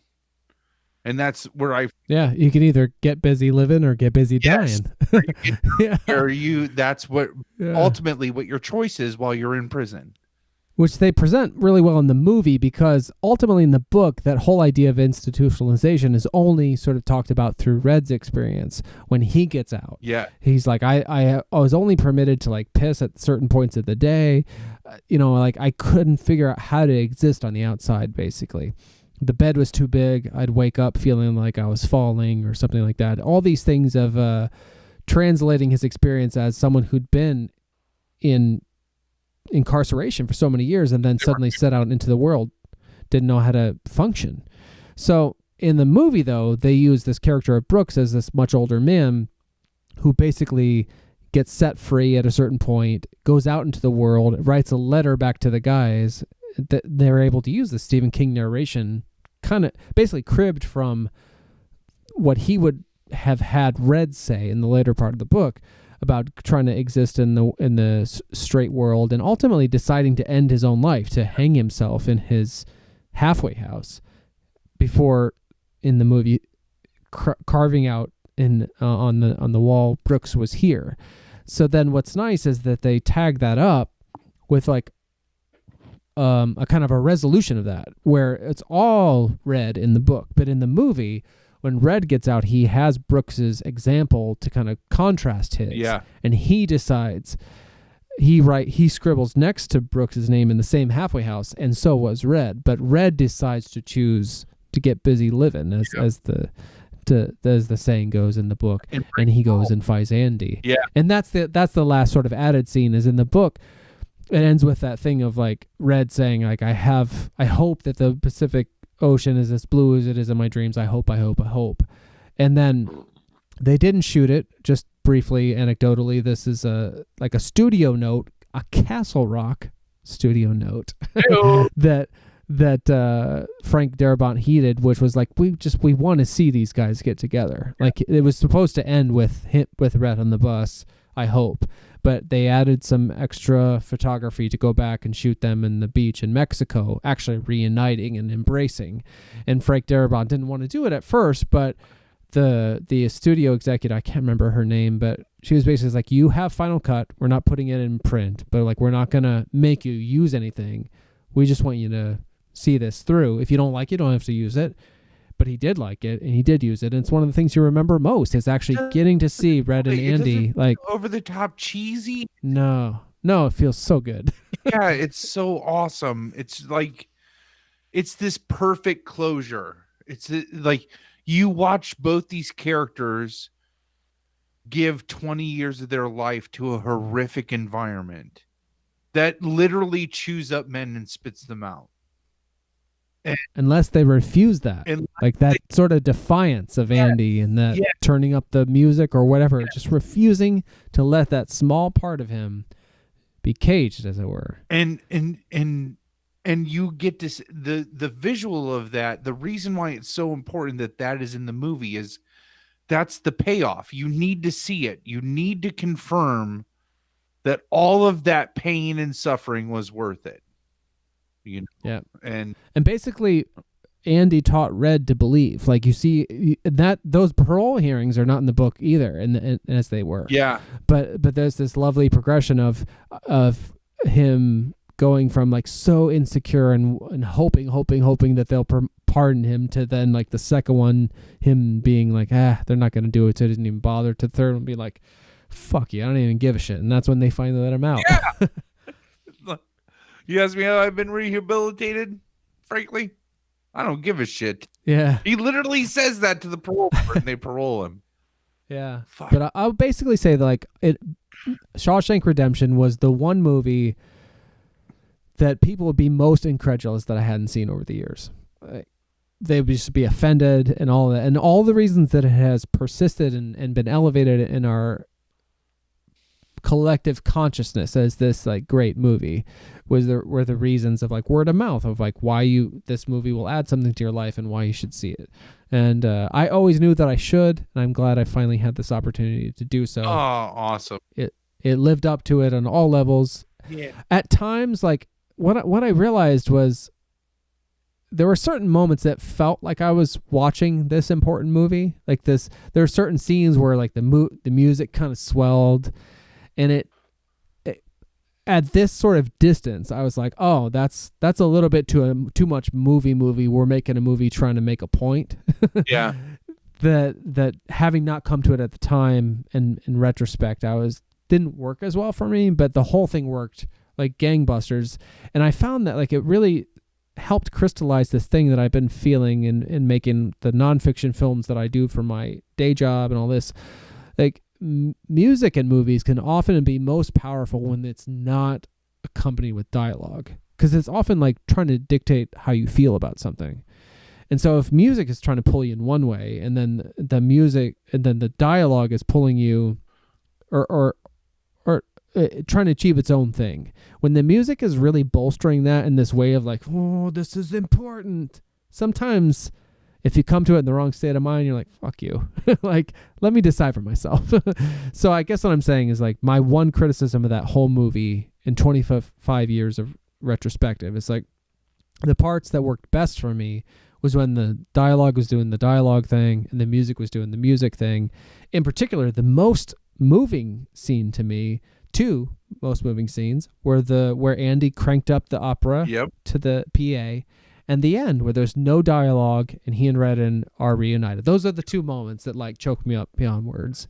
And there were some speechifying of like, you know, quote unquote great acting, not to diminish the acting, but I was just sort of like the 1994-ness of like putting the music in the dialogue. I was like, oh, that didn't work for me as well now. But anyway, some whole are greater than its parts. Like it lived up to everything. Like I fucking loved it. I'm so glad it's now part of my life too. Cutting edge. Yeah, Moto's talking about he had no idea this was a Stephen King story. Oh. Because it was overwhelmingly good. Isn't that just like that's a great way to describe that is the purveying like sentiment about the Shawshank Redemption. For a movie that has that deals with such things as like prison rape and like beating of people and like the bride like said like I'm haunted by this movie. And when I watched it, she was like and I happen to know that her deepest fear is false imprisonment. So of course it makes sense that this, and so she's saying like it's about this and this, and it's like, so I'm hearing you saying I shouldn't like it. She's like, no, of course. Yeah. But she's like upset by those things you mentioned, as was I at first. And even after the first night, like I was a little bit, I don't know if you say shell shocked or whatever, but it actually like in the days after, and as I delved into like the supplementary material and let it soak in, I was just like, I get it. I get why people love this movie. I love this movie too. Yeah. Well, that was a lot on the Shawshank Redemption, but it is the Shawshank Redemption.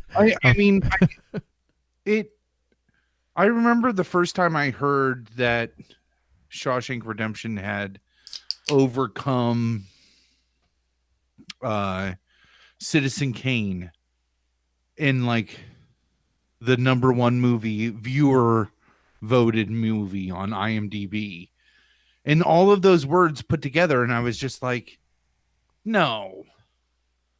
Like, that movie came out in my lifetime.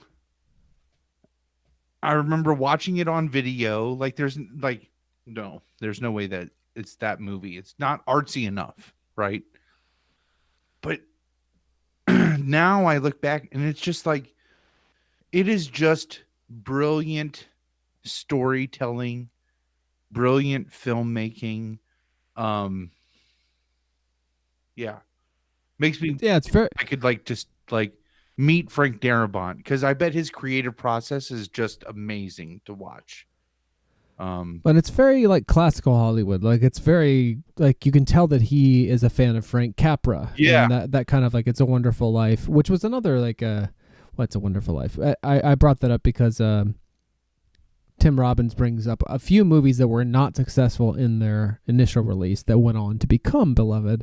One of which was Citizen Kane, another It's a Wonderful Life. But yeah, Frank Capra has this kind of all-American cinematic approach to that kind of like Rockwell, Norman Rockwell sort of period. Sure. And the Shawshank like takes place during that time. So anyway, but yeah, it's like it was a lot to live up to, and I'm not sure in the moment, like in the actual moment, it did in every sense. But within like the next few days, like as it percolated and I got a time, like I absorbed it. I embraced it. I think to the extent that most people have. That's fair. The slow burn's fair. Yeah, and not even that slow. Like I'm on board. Yeah. I loved it, and it added a lot to my my life as well. How well, Stand By Me. Have you seen Stand By Me before? No, and that formed Castle Rock, if I'm not mistaken, and was why Frank Darabont like trusted that company to. He's like, if anyone could help me see this through, it'd be those people. Yeah, and they did. Yeah. So when I was a kid growing up, we had 2 VHS actual, like, these movies were made on this VHS. This VHS was only supposed to be this movie, not like recorded off TV. Oh, you mean like you bought them with the cover and everything? Oh no, we borrowed. This is where I learned how to be a bad borrower. My mom had borrowed them off of somebody, and we like lost the boxes, so we only had the cassettes. And we never gave them back, ever. Like, I bet if my mom was still alive, there would still be a drawer in her entertainment center that would have VHSs, and there would be this borrowed copy of Ghostbusters, the original Ghostbusters, and Stand By Me. Those were we had. Awesome. Yeah. So like, I'm pretty sure those would both be Columbia from a certain era, and I can picture the way that spine and labels looked. And so like that. Hundreds upon hundreds of times I watched those movies because there was just nothing else. Oh. So Ghostbusters and Stand By Me are like burned into my brain. Like, because those were the only, for the longest time, those were the only legitimate VHS movies we owned. And we stole from somebody. Like, we were that's all right. Yeah. Well, and I don't want to. This is more like put a pin in it for later. But I did hear about the Jason Reitman Ghostbusters sequel, right? And they released a teaser for it even. Oh, really? Yeah. That I didn't know. Looks like, God, like, come in my pants at work. Like, I just need to turn my phone off and not watch it because, like, they dropped the best geek shit. Yeah. Anyways, so last episode, I'm gonna segue, or else we're just no, we'll never get to it. I'm gonna click on the document. Keep like sucking Frank Darabont's dick if we don't like. Right, I know. That's not starting. So last episode we talked about just visiting. And we have less than a half an hour to go through these, so it'll be really quick. We wanted to visit our goals for the upcoming year. We kind of wanted to talk about our goal-making process and how we're using that to shape the rest of the year. Ash and I have set a firm February 1st start of these goals. So we have less than a week No, we have more than a week. We have a week and a day. Yes, we have a week the sound in your voice before we have to make these changes. Anyways, you had said you wanted to see some of my goal process. I want to see some of your goal process. You said you didn't have anything like formal. Yeah, I think especially, sorry, how this episode is sort of played out and talking as much about Shawshank as I did and such. I'll just kind of give an overview of what I've started and then maybe not get into it so much because you have prepared this like lovely Venn diagram, right? That's what you call it. Yeah. Spoilers, Jesus. Sorry. But mine, like so I was interested to do this. I haven't done yearly goals in quite a while. And I looked back, and when I was doing them very much related to like my music career but I think the last time I did it was 2012. So I'd have these like categories where it would be like, I don't know, writing, recording, releasing. That would be like a category, and then I'd have goals within that category. Or I had like a newsletter / social media goal, or touring, performing goals, and I would segment them like that. They would be based on those areas. That was the last time I did them at all. This time when I was thinking about it, I'm not been engaged in that same process, and I was thinking about it differently, but I like this idea of looking back over a certain period of time to see what kind of progress I'd made on things that I'd set out to do. So because I had a less defined criteria or specific objectives, I decided to kind of look at what I was doing first before I decided to evaluate the progress on that, if that makes any sense. So what I started by doing is like I have these, I don't journal as like in paragraphs and stuff, but years ago I'd started to do this kind of thing where I would basically just write down after the fact what I did in a day, almost like you would goals for the day, but afterwards. Okay. More so to say like, here's what I did during the day. Yeah. Not so much how I felt about it, just so you know where your day went. And so I've been doing that for a good so many years, and so I had that to look back over, and there are some journaling practices that sort of bleed in. Anyway, so I started by going over my 2018 with thinking about things about like goals for 2019, but also like what did I like doing? Like what was I happy that I did? Like what were some things I was unhappy with? Those kinds of things. Really trying to get at like what I want. Like why am I even bothering to do these goals? So that's kind of the part of the process where I'm at. Like I did that evaluation. I have this interest in maybe starting from objectives rather than goals. Like I found, it's actually from Trello. Maybe I can find it. It's like right in front of me here in one of my several notebooks.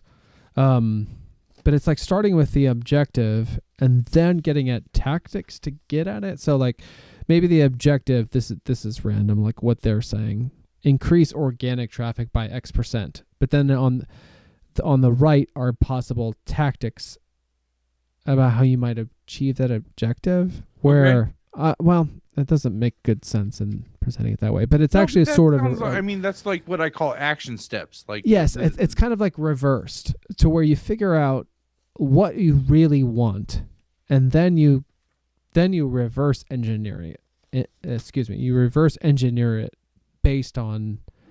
So sometimes you might mistake a goal for an action step, I guess, like as you were saying it. Anyway, I'm kind of coming at it from a similar standpoint to where I think at times in my daily life, and I'm surrounded by these kind of like, you might even call them vision boards or something, where all these like things that I want to achieve in my creative processes that will involve a lot of like action steps to get there. But I think what I want to do, not just in the creative process stuff, but more broadly in my goals for like my life outside of creative things, think about like what I want the objective to be. So maybe it's like peace of mind. I want peace of mind, a harmony in my relationships or something. So like, what am I doing to work toward that?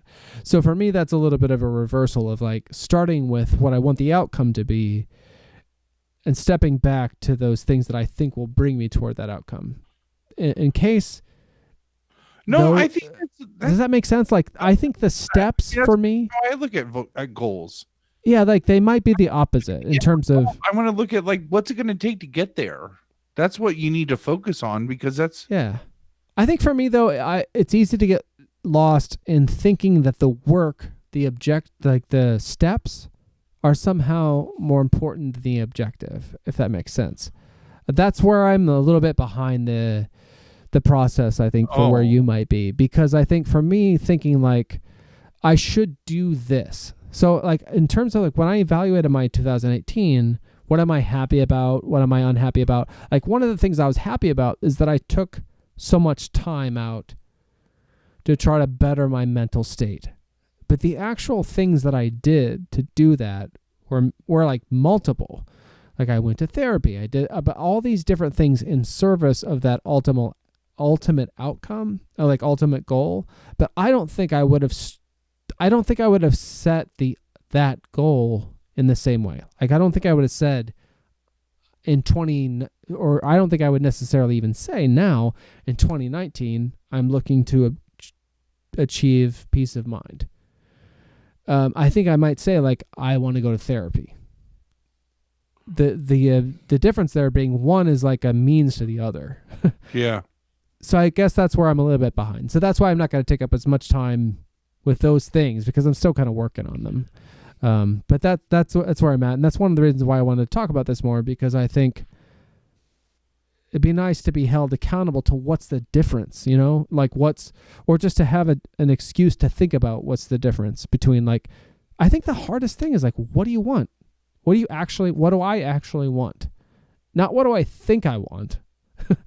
What is the ultimate thing? I don't know. Like, I think I get tripped up. For one thing, I'm reading Unfuck Yourself based on your recommendation. I impulsively like bought the book. And part of it is like, and I'm pretty early on, but it's like like this whole idea of being willing to do this, that, or the other. Like once you're willing to do the thing, like that's the most important step in some ways. Yeah. I relate to that a lot, because like once I commit to something, I could commit to it to my detriment. And so I don't want the commitment to be the thing. I want the thing to be the thing. Like I want the thing I'm working towards to be more important than the way that I get there.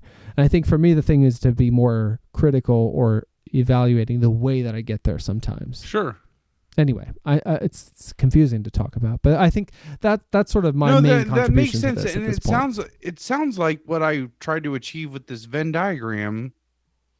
And yes, let's transition to that. So, I said goals to you, and I know last year when we would talk about goals, you're like, I don't like goals. Yeah, like you didn't like that word. No, I don't like goals, and I still don't. I still have really a lot of like. We have, I fall into the trap of this is a really a weird example, but it's what comes to mind. So let's say I set a goal. I want to learn how to play a song on a guitar. And so then I'm going to get on YouTube and I'm going to look for guitar lessons. And then those are going to work for a little while, and then they're going to bore me. So then I'm just going to look for a tutorial on how to play the song that I want to learn on guitar. And then that'll lead to just like really good covers of that song. And then I'll watch those. I'll be like, oh, that's really satisfying. Like they really did a good job of covering that song. And then I'm like, well, yep, there's that goal. Like and so I don't like goals, because it's like you're just focusing on the satisfaction you're going to get of checking this off. That's how I look at goals. That could be my first detriment. Like maybe I just look at goals the wrong way. But I'm like, no, it's so funny that you say that, because I think it's the fundamental thing about the way that we approach certain things. Like when we talk about the lists of favorite of 2018 or whatever, you would want to get through the list, as you were saying. Yeah. Like I want to make sure to check it off, but I want to get real thorough on the list. So we have the different obstacle in this regard, and that in your mind, like that would get you through the goal. Like I got through that goal. Like, but for me, I would get lost in the steps. Yeah. So, well, here, let me share this. Screen share your entire screen, share it. And then, so this is what I made. All right. I'm going to also put it so it doesn't switch from me. So it just stays on this. For a minute. Good. So I was really I was trying to figure out, like, how can I had this idea of there's 3 areas of my life that I want to improve. That's my goal. And that's the social. And I was like, what's the most basic representation of those 3 areas you want to improve? And so it's social, emotional, and health, right? And emotional covers like my mental health also. And my health is my physical health. And then social is just like the relationships that I have with other people, particularly Ash, but also my friends / family, in engagements that would be this fall into the social thing. So then I was like, okay, well, your goal is like what you ultimately, your end product, like what do you want to improve? So then so here's the things that I would want to change about those 3 areas. So for emotional, I want to improve my emotional IQ, meaning like I don't want my emotions to just like drive me. I want to be able to, like, if something's upsetting me, I want to be able to recognize it's upsetting me and control it before I'm saying things I regret. Right? Yeah. So I want to improve my emotional IQ by improving patience, defining personal happiness. What actually do I want? What actually makes me happy? And managing my expectations, because I feel like that's a lot of my disappointment in life is I have unrealistic expectations, right? Makes sense. Social is define and repair relationships that add value, minimize the impact of those without value, and become an active partner for Ash. And then my health one is eat less, exercise more, lose weight, and don't die before you turn 40.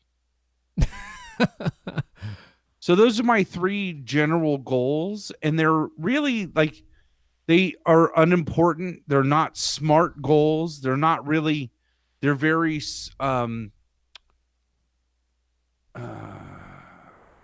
abstract, right? They're not sort of. At the same time, I will say, like, as I've been struggling with the other side of this process and getting lost in the weeds, these are where I would want to get to. I explored SMART goals today that came up, that comes up in my work environment and stuff. I was like, I don't know. That doesn't actually resonate. I don't like SMART goals. I don't. It makes sense for professional things that, I don't know. It didn't work for me in my, what I want to get out of this. These actually do. This is amazing, actually. Yeah. So those are my 3 goals. And in each circle represents those 3 areas that I want to improve in my life. So then I'm looking, so all the other stuff are what I would consider action steps, and things that they only support that one goal go in that. I mean, it works like a Venn diagram, right? And so, for example, I have this book. It's called the Dialectical Behavior Therapy Skills Workbook. I am doing some self-diagnosis and self-treatment, and this workbook, that all led me to this workbook, which I want to work through this year. So I'm going to work through the skills workbook.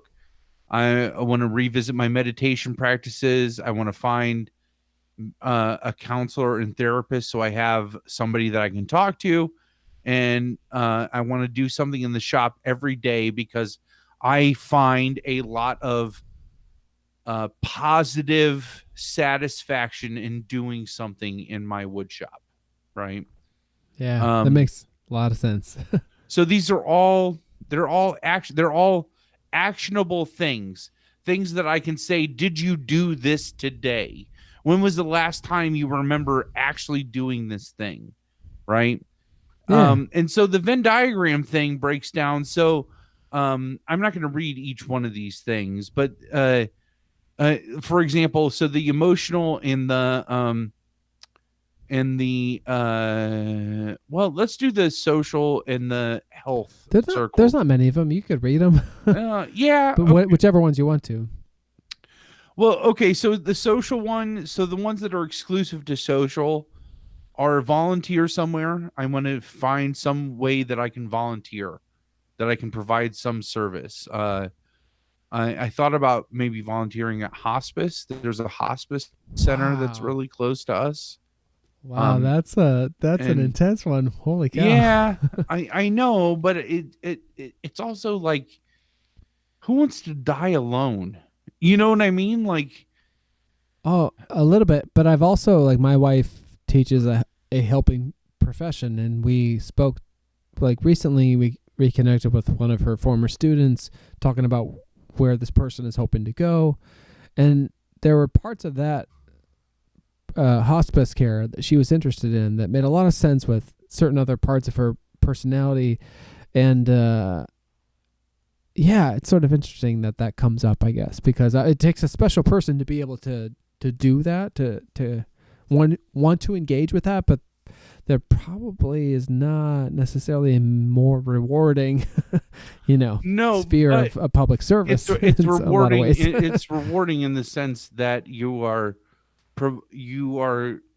selflessly providing a service. Yeah. You know what I mean? Yeah. Yeah. So volunteer somewhere, travel to visit friends. And this actually could be in that, like, in the overlapping thing of the emotional thing, because you get some intrinsic reward from traveling, right? Where that will help your emotional status. But travel to visit friends, join some kind of professional organization. And a lot of these, because they're under social, is to build this, like, I have a very defunct friend network right now, I feel like. And these things are to help rebuild that. Spend more time with people that are not Ash or on a screen. Yeah. And that includes me. Which includes you. Yeah. Just like real people interactions that aren't with people that are married to me or that have known me for 20 plus years. And, you know, the screen thing is different though. Yeah. I mean, I acknowledge that. Yeah. Sure. But I mean, like, that's a different thing. And like, please don't get me wrong. Experience. Like I get monumental benefit from this interaction. It just, you need people interaction in there too. Yeah, no, that makes perfect sense to me. So and I think I'm at a place, not similarly, but for me, the fact that I am talking to you in this way, in this regular way, is progress in that same sphere. That is like enough of a step in the quote unquote right direction for me. But I totally get that is a further step to go beyond. Yeah. I'm so glad you did this. This is actually super helpful to me too. And if you notice, a lot of these, or not a lot, all of these start with action words, verbs, right? Like, which is why they're action. So complete, revisit, find, do, volunteer, travel, join, spend. So now we can see the overlapping then between the emotional and the social.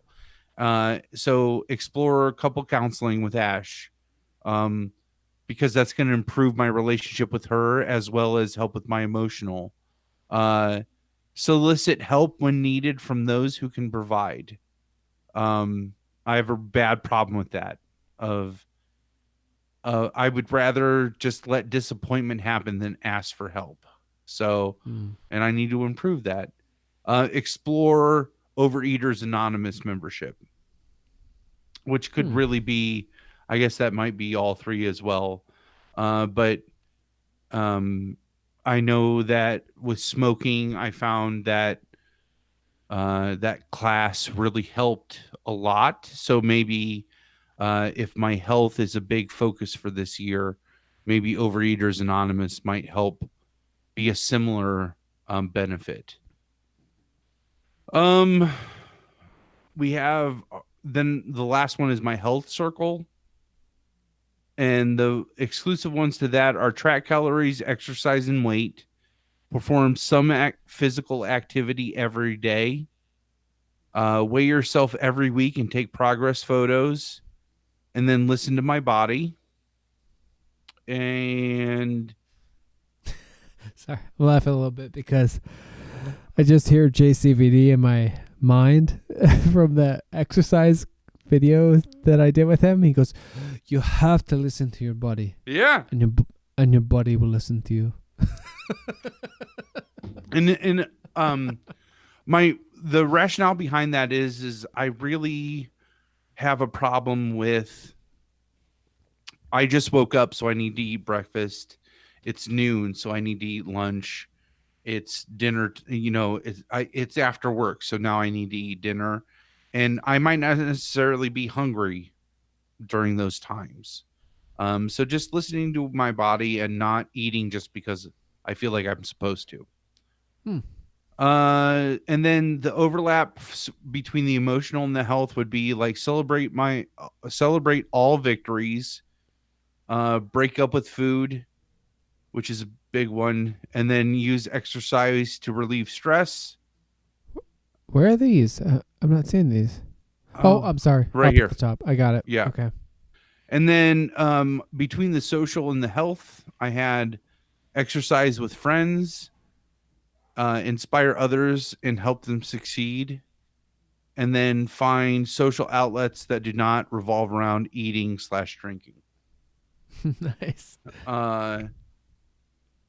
And then you have this, like with a triple Venn diagram like this, you have the center area, and it's like I was trying to think what's going to support all three of those things, and I really want to try to start my like Palmer by Design brand and blog, and think that that would be a great way to work through all of these things. So that's my center. That's what like I'm going to work through and track the progress of all of these things through that blog and through, through Long Walk Short Drink too. But the blog would be the big thing, my daily or my weekly thing that I would just sit down and devote something to track this stuff. Nice. So, do you like the idea of the written part of that? Is that where the blog part comes from? That's part of it. And it doesn't necessarily have to be a blog. It could be a vlog, like do a video thing, like maybe do a YouTube live thing, or just a weekly video blog instead of a typed out thing. So nice. One of the things that one of my goals that I didn't get a chance to touch at all last year was my writing goal. And so to try to carry that over into this year, like maybe if I can make a practice out of writing. Oh yeah, that sounds awesome. Yeah, that sounds great. Yeah, I do that. I guess you could call it like a bullet journal, but like it's really like it came from this thing in some of the music productivity blogs or something I was looking at the time, where it's basically like write down these 3 victories per day was the idea. Yeah. So that you could feel some sense of accomplishment in what you were trying for. And for me, I carried that over to writing out just kind of this bulleted, here's where my day went, in the hopes that it would provide the same sort of perspective on how I spent my time, but in a positive way. Or if I needed to correct somehow. the written thing. So I'll get into. I'll use this. I think this Venn diagram can help me. Like I said earlier, my focus on the goals in the past has been so specific to certain areas. Yeah. In terms of even just like, and I've even done it. Like I have stuff in my the bride calls it my anal log because I think she saw my bullet pointed journal entries, if you could call them that, at some point. And she's like, "What is this?" And I said something to the effect that like, "This is analog," and she called it analog. I don't know. Like, you keep track of your poops, and it's like, well, not exactly, but not far from it. So, but so I keep the one of the things I sometimes get is these cards, and I'm kind of surrounded by some of them, which you can't see, but. So like one of the cards is for LWSD, and actually it's for like a specific episode, but maybe you could extend it to LWSD as a project. And then I have another card from my 2018 mix album, and I have another card from my Frankenstein play adaptation, like an Indie Crow remaster, Dog Days reissue. And so they'd be like just like the next thing you're supposed to do for that project. But one of the things I know I want to do is extend my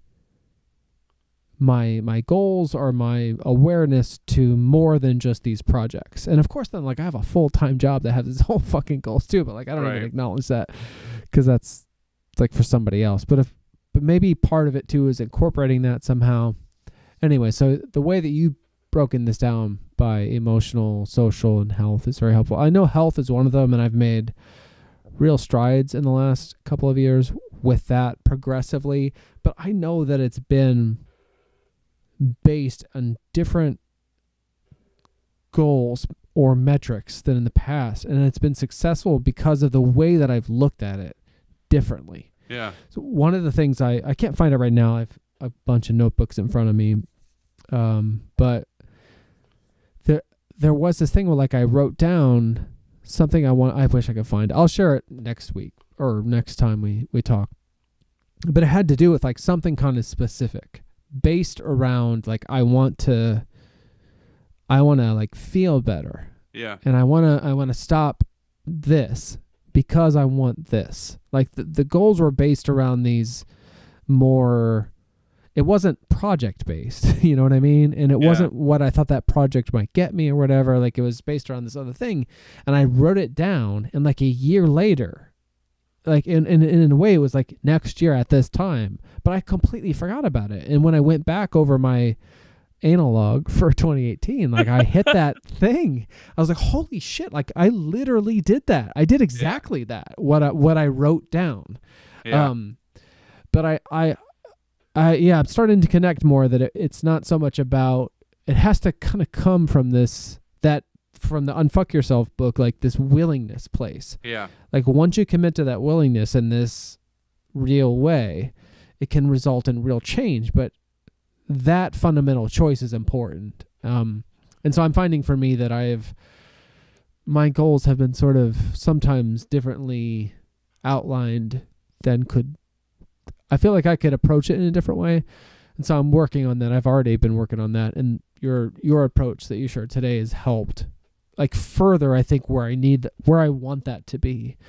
One of the reasons why I hate goals as they're traditionally thought of and SMART goals is for the exact reason that you're talking about now is I would find myself lost. I was giving up the forest for the trees, where I would be like, well, this isn't progressing towards this SMART goal. So even though it's progress in another area of my life, I don't have a SMART goal. It's not supporting this SMART goal that I have. And I would actually let that fall by the wayside to where I was not improving in other areas that I could be improving just because I had zeroed down so much into the SMART goal. I like making things abstract, and it reduces room for disappointment. It reduces room for failure.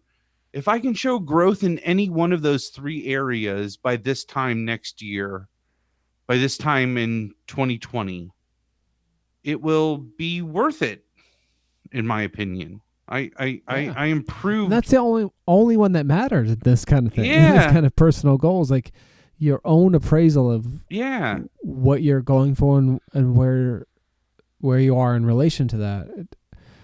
And that's why it's like I think the most important thing is trying to figure out like why am I doing this? What do I really want? And so I'll talk more about that next time. I mean, that's not like a teaser thing. It's just because it's late and it's too much to get into. But it's been harder for me to crystallize than maybe I would have thought. But I'm much more okay with that than I would be just rattling off.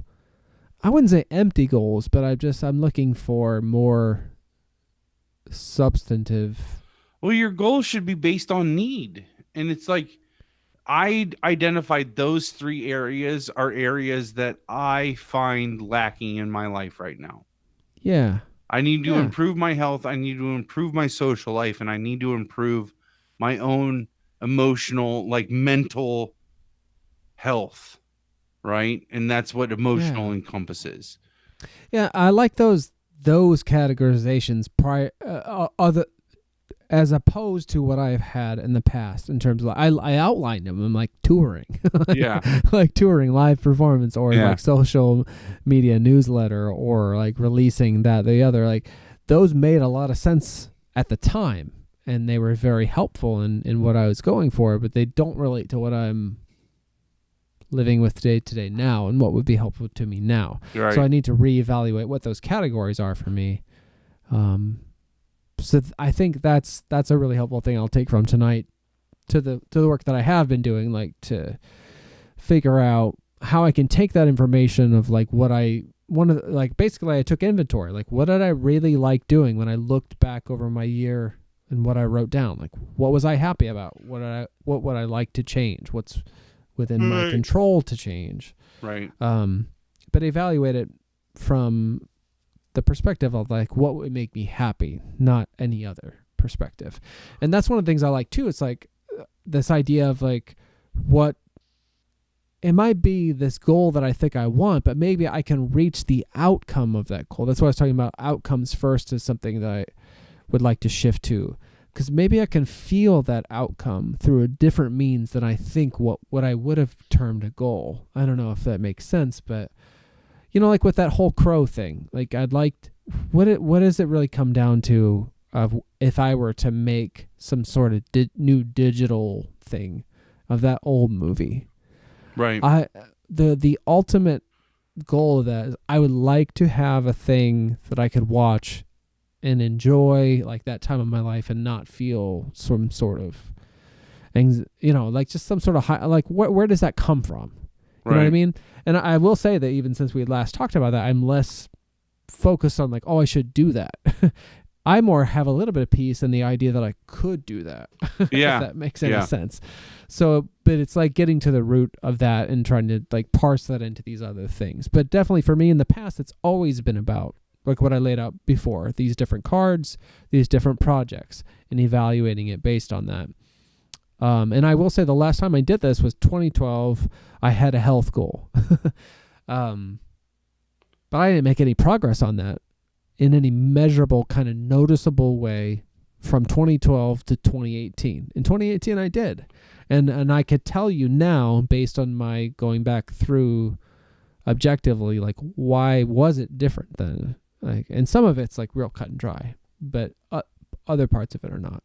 So I'm glad. Thank you for the opportunity to kind of delve into this. Thank you for like, actually, yeah. I mean, you made a lot more. Well, I don't know. I thank you for engaging in it the way you did, because it's going to help me as well to kind of evaluate my own processes and stuff. Well, and I mean, and this is going to be something we're going to talk about for the whole next year, right? Like, we're going to revisit these and see how we're doing and see how our goals change. That's the other reason why I also like being abstract with them is I'm not going to be the same person a year from now as I am today. And so those goals could change. Those goals could change in a month, right? And I need them to, the more abstract they are, the more living they are, and the more I can grow them and manipulate them into what I need them to be, so that it would be silly to keep tracking a goal for an entire year that things could totally I could be in a different job in 6 months, right? Like any of those things could change. So and being like a slave to some sort of goal for just the purpose of reaching it is not really the point. Like, it's the point is, in some ways, the point is the process, or at least the result of who you would be at the end of that process. And if you don't like where that's going, it's not a good thing for you. And I think that will be nice for me to have this excuse to engage with those questions. And it's nice to do so with someone like that I've known for this long, that can help, be a sounding board. Like, one of my big goals for the year, honestly, is to like be less hard on myself about how I spend my time. But some of those things like come from these ideas of a judgment about what I am doing. And I think you can actually provide some objective feedback there that would be helpful to me, to just put to rest some ideas of like, oh, this is what like, what the fuck do I care what anyone thinks about how I'm spending my time? Somehow I must, otherwise I wouldn't bother. Otherwise it wouldn't bother me, I should say. Yeah. So anyway, I'm glad but how many people are actually up at night? Like, I can't fucking believe Dave is still sitting there. Like, literally no one. No person is like, I can't believe Dave is up at 2 a.m. watching JCVDB exercise videos and recutting his like Crow documentary from like 1997. I can't believe Dave is doing that. Like, there's no consortium of people. There's, you know what I mean? Where that's happening. Right. But somehow, those things kind of take hold in your brain somehow. And anyway, so fun things for 2019 for LWSD listeners. We invite you to join us if you want on this kind of this journey. Yeah. And when I hate using the word journey in this regard. The only journey I care about is like, don't stop believing, like pump your fist in an alleyway journey. But of course, like I gotta find a better word for it.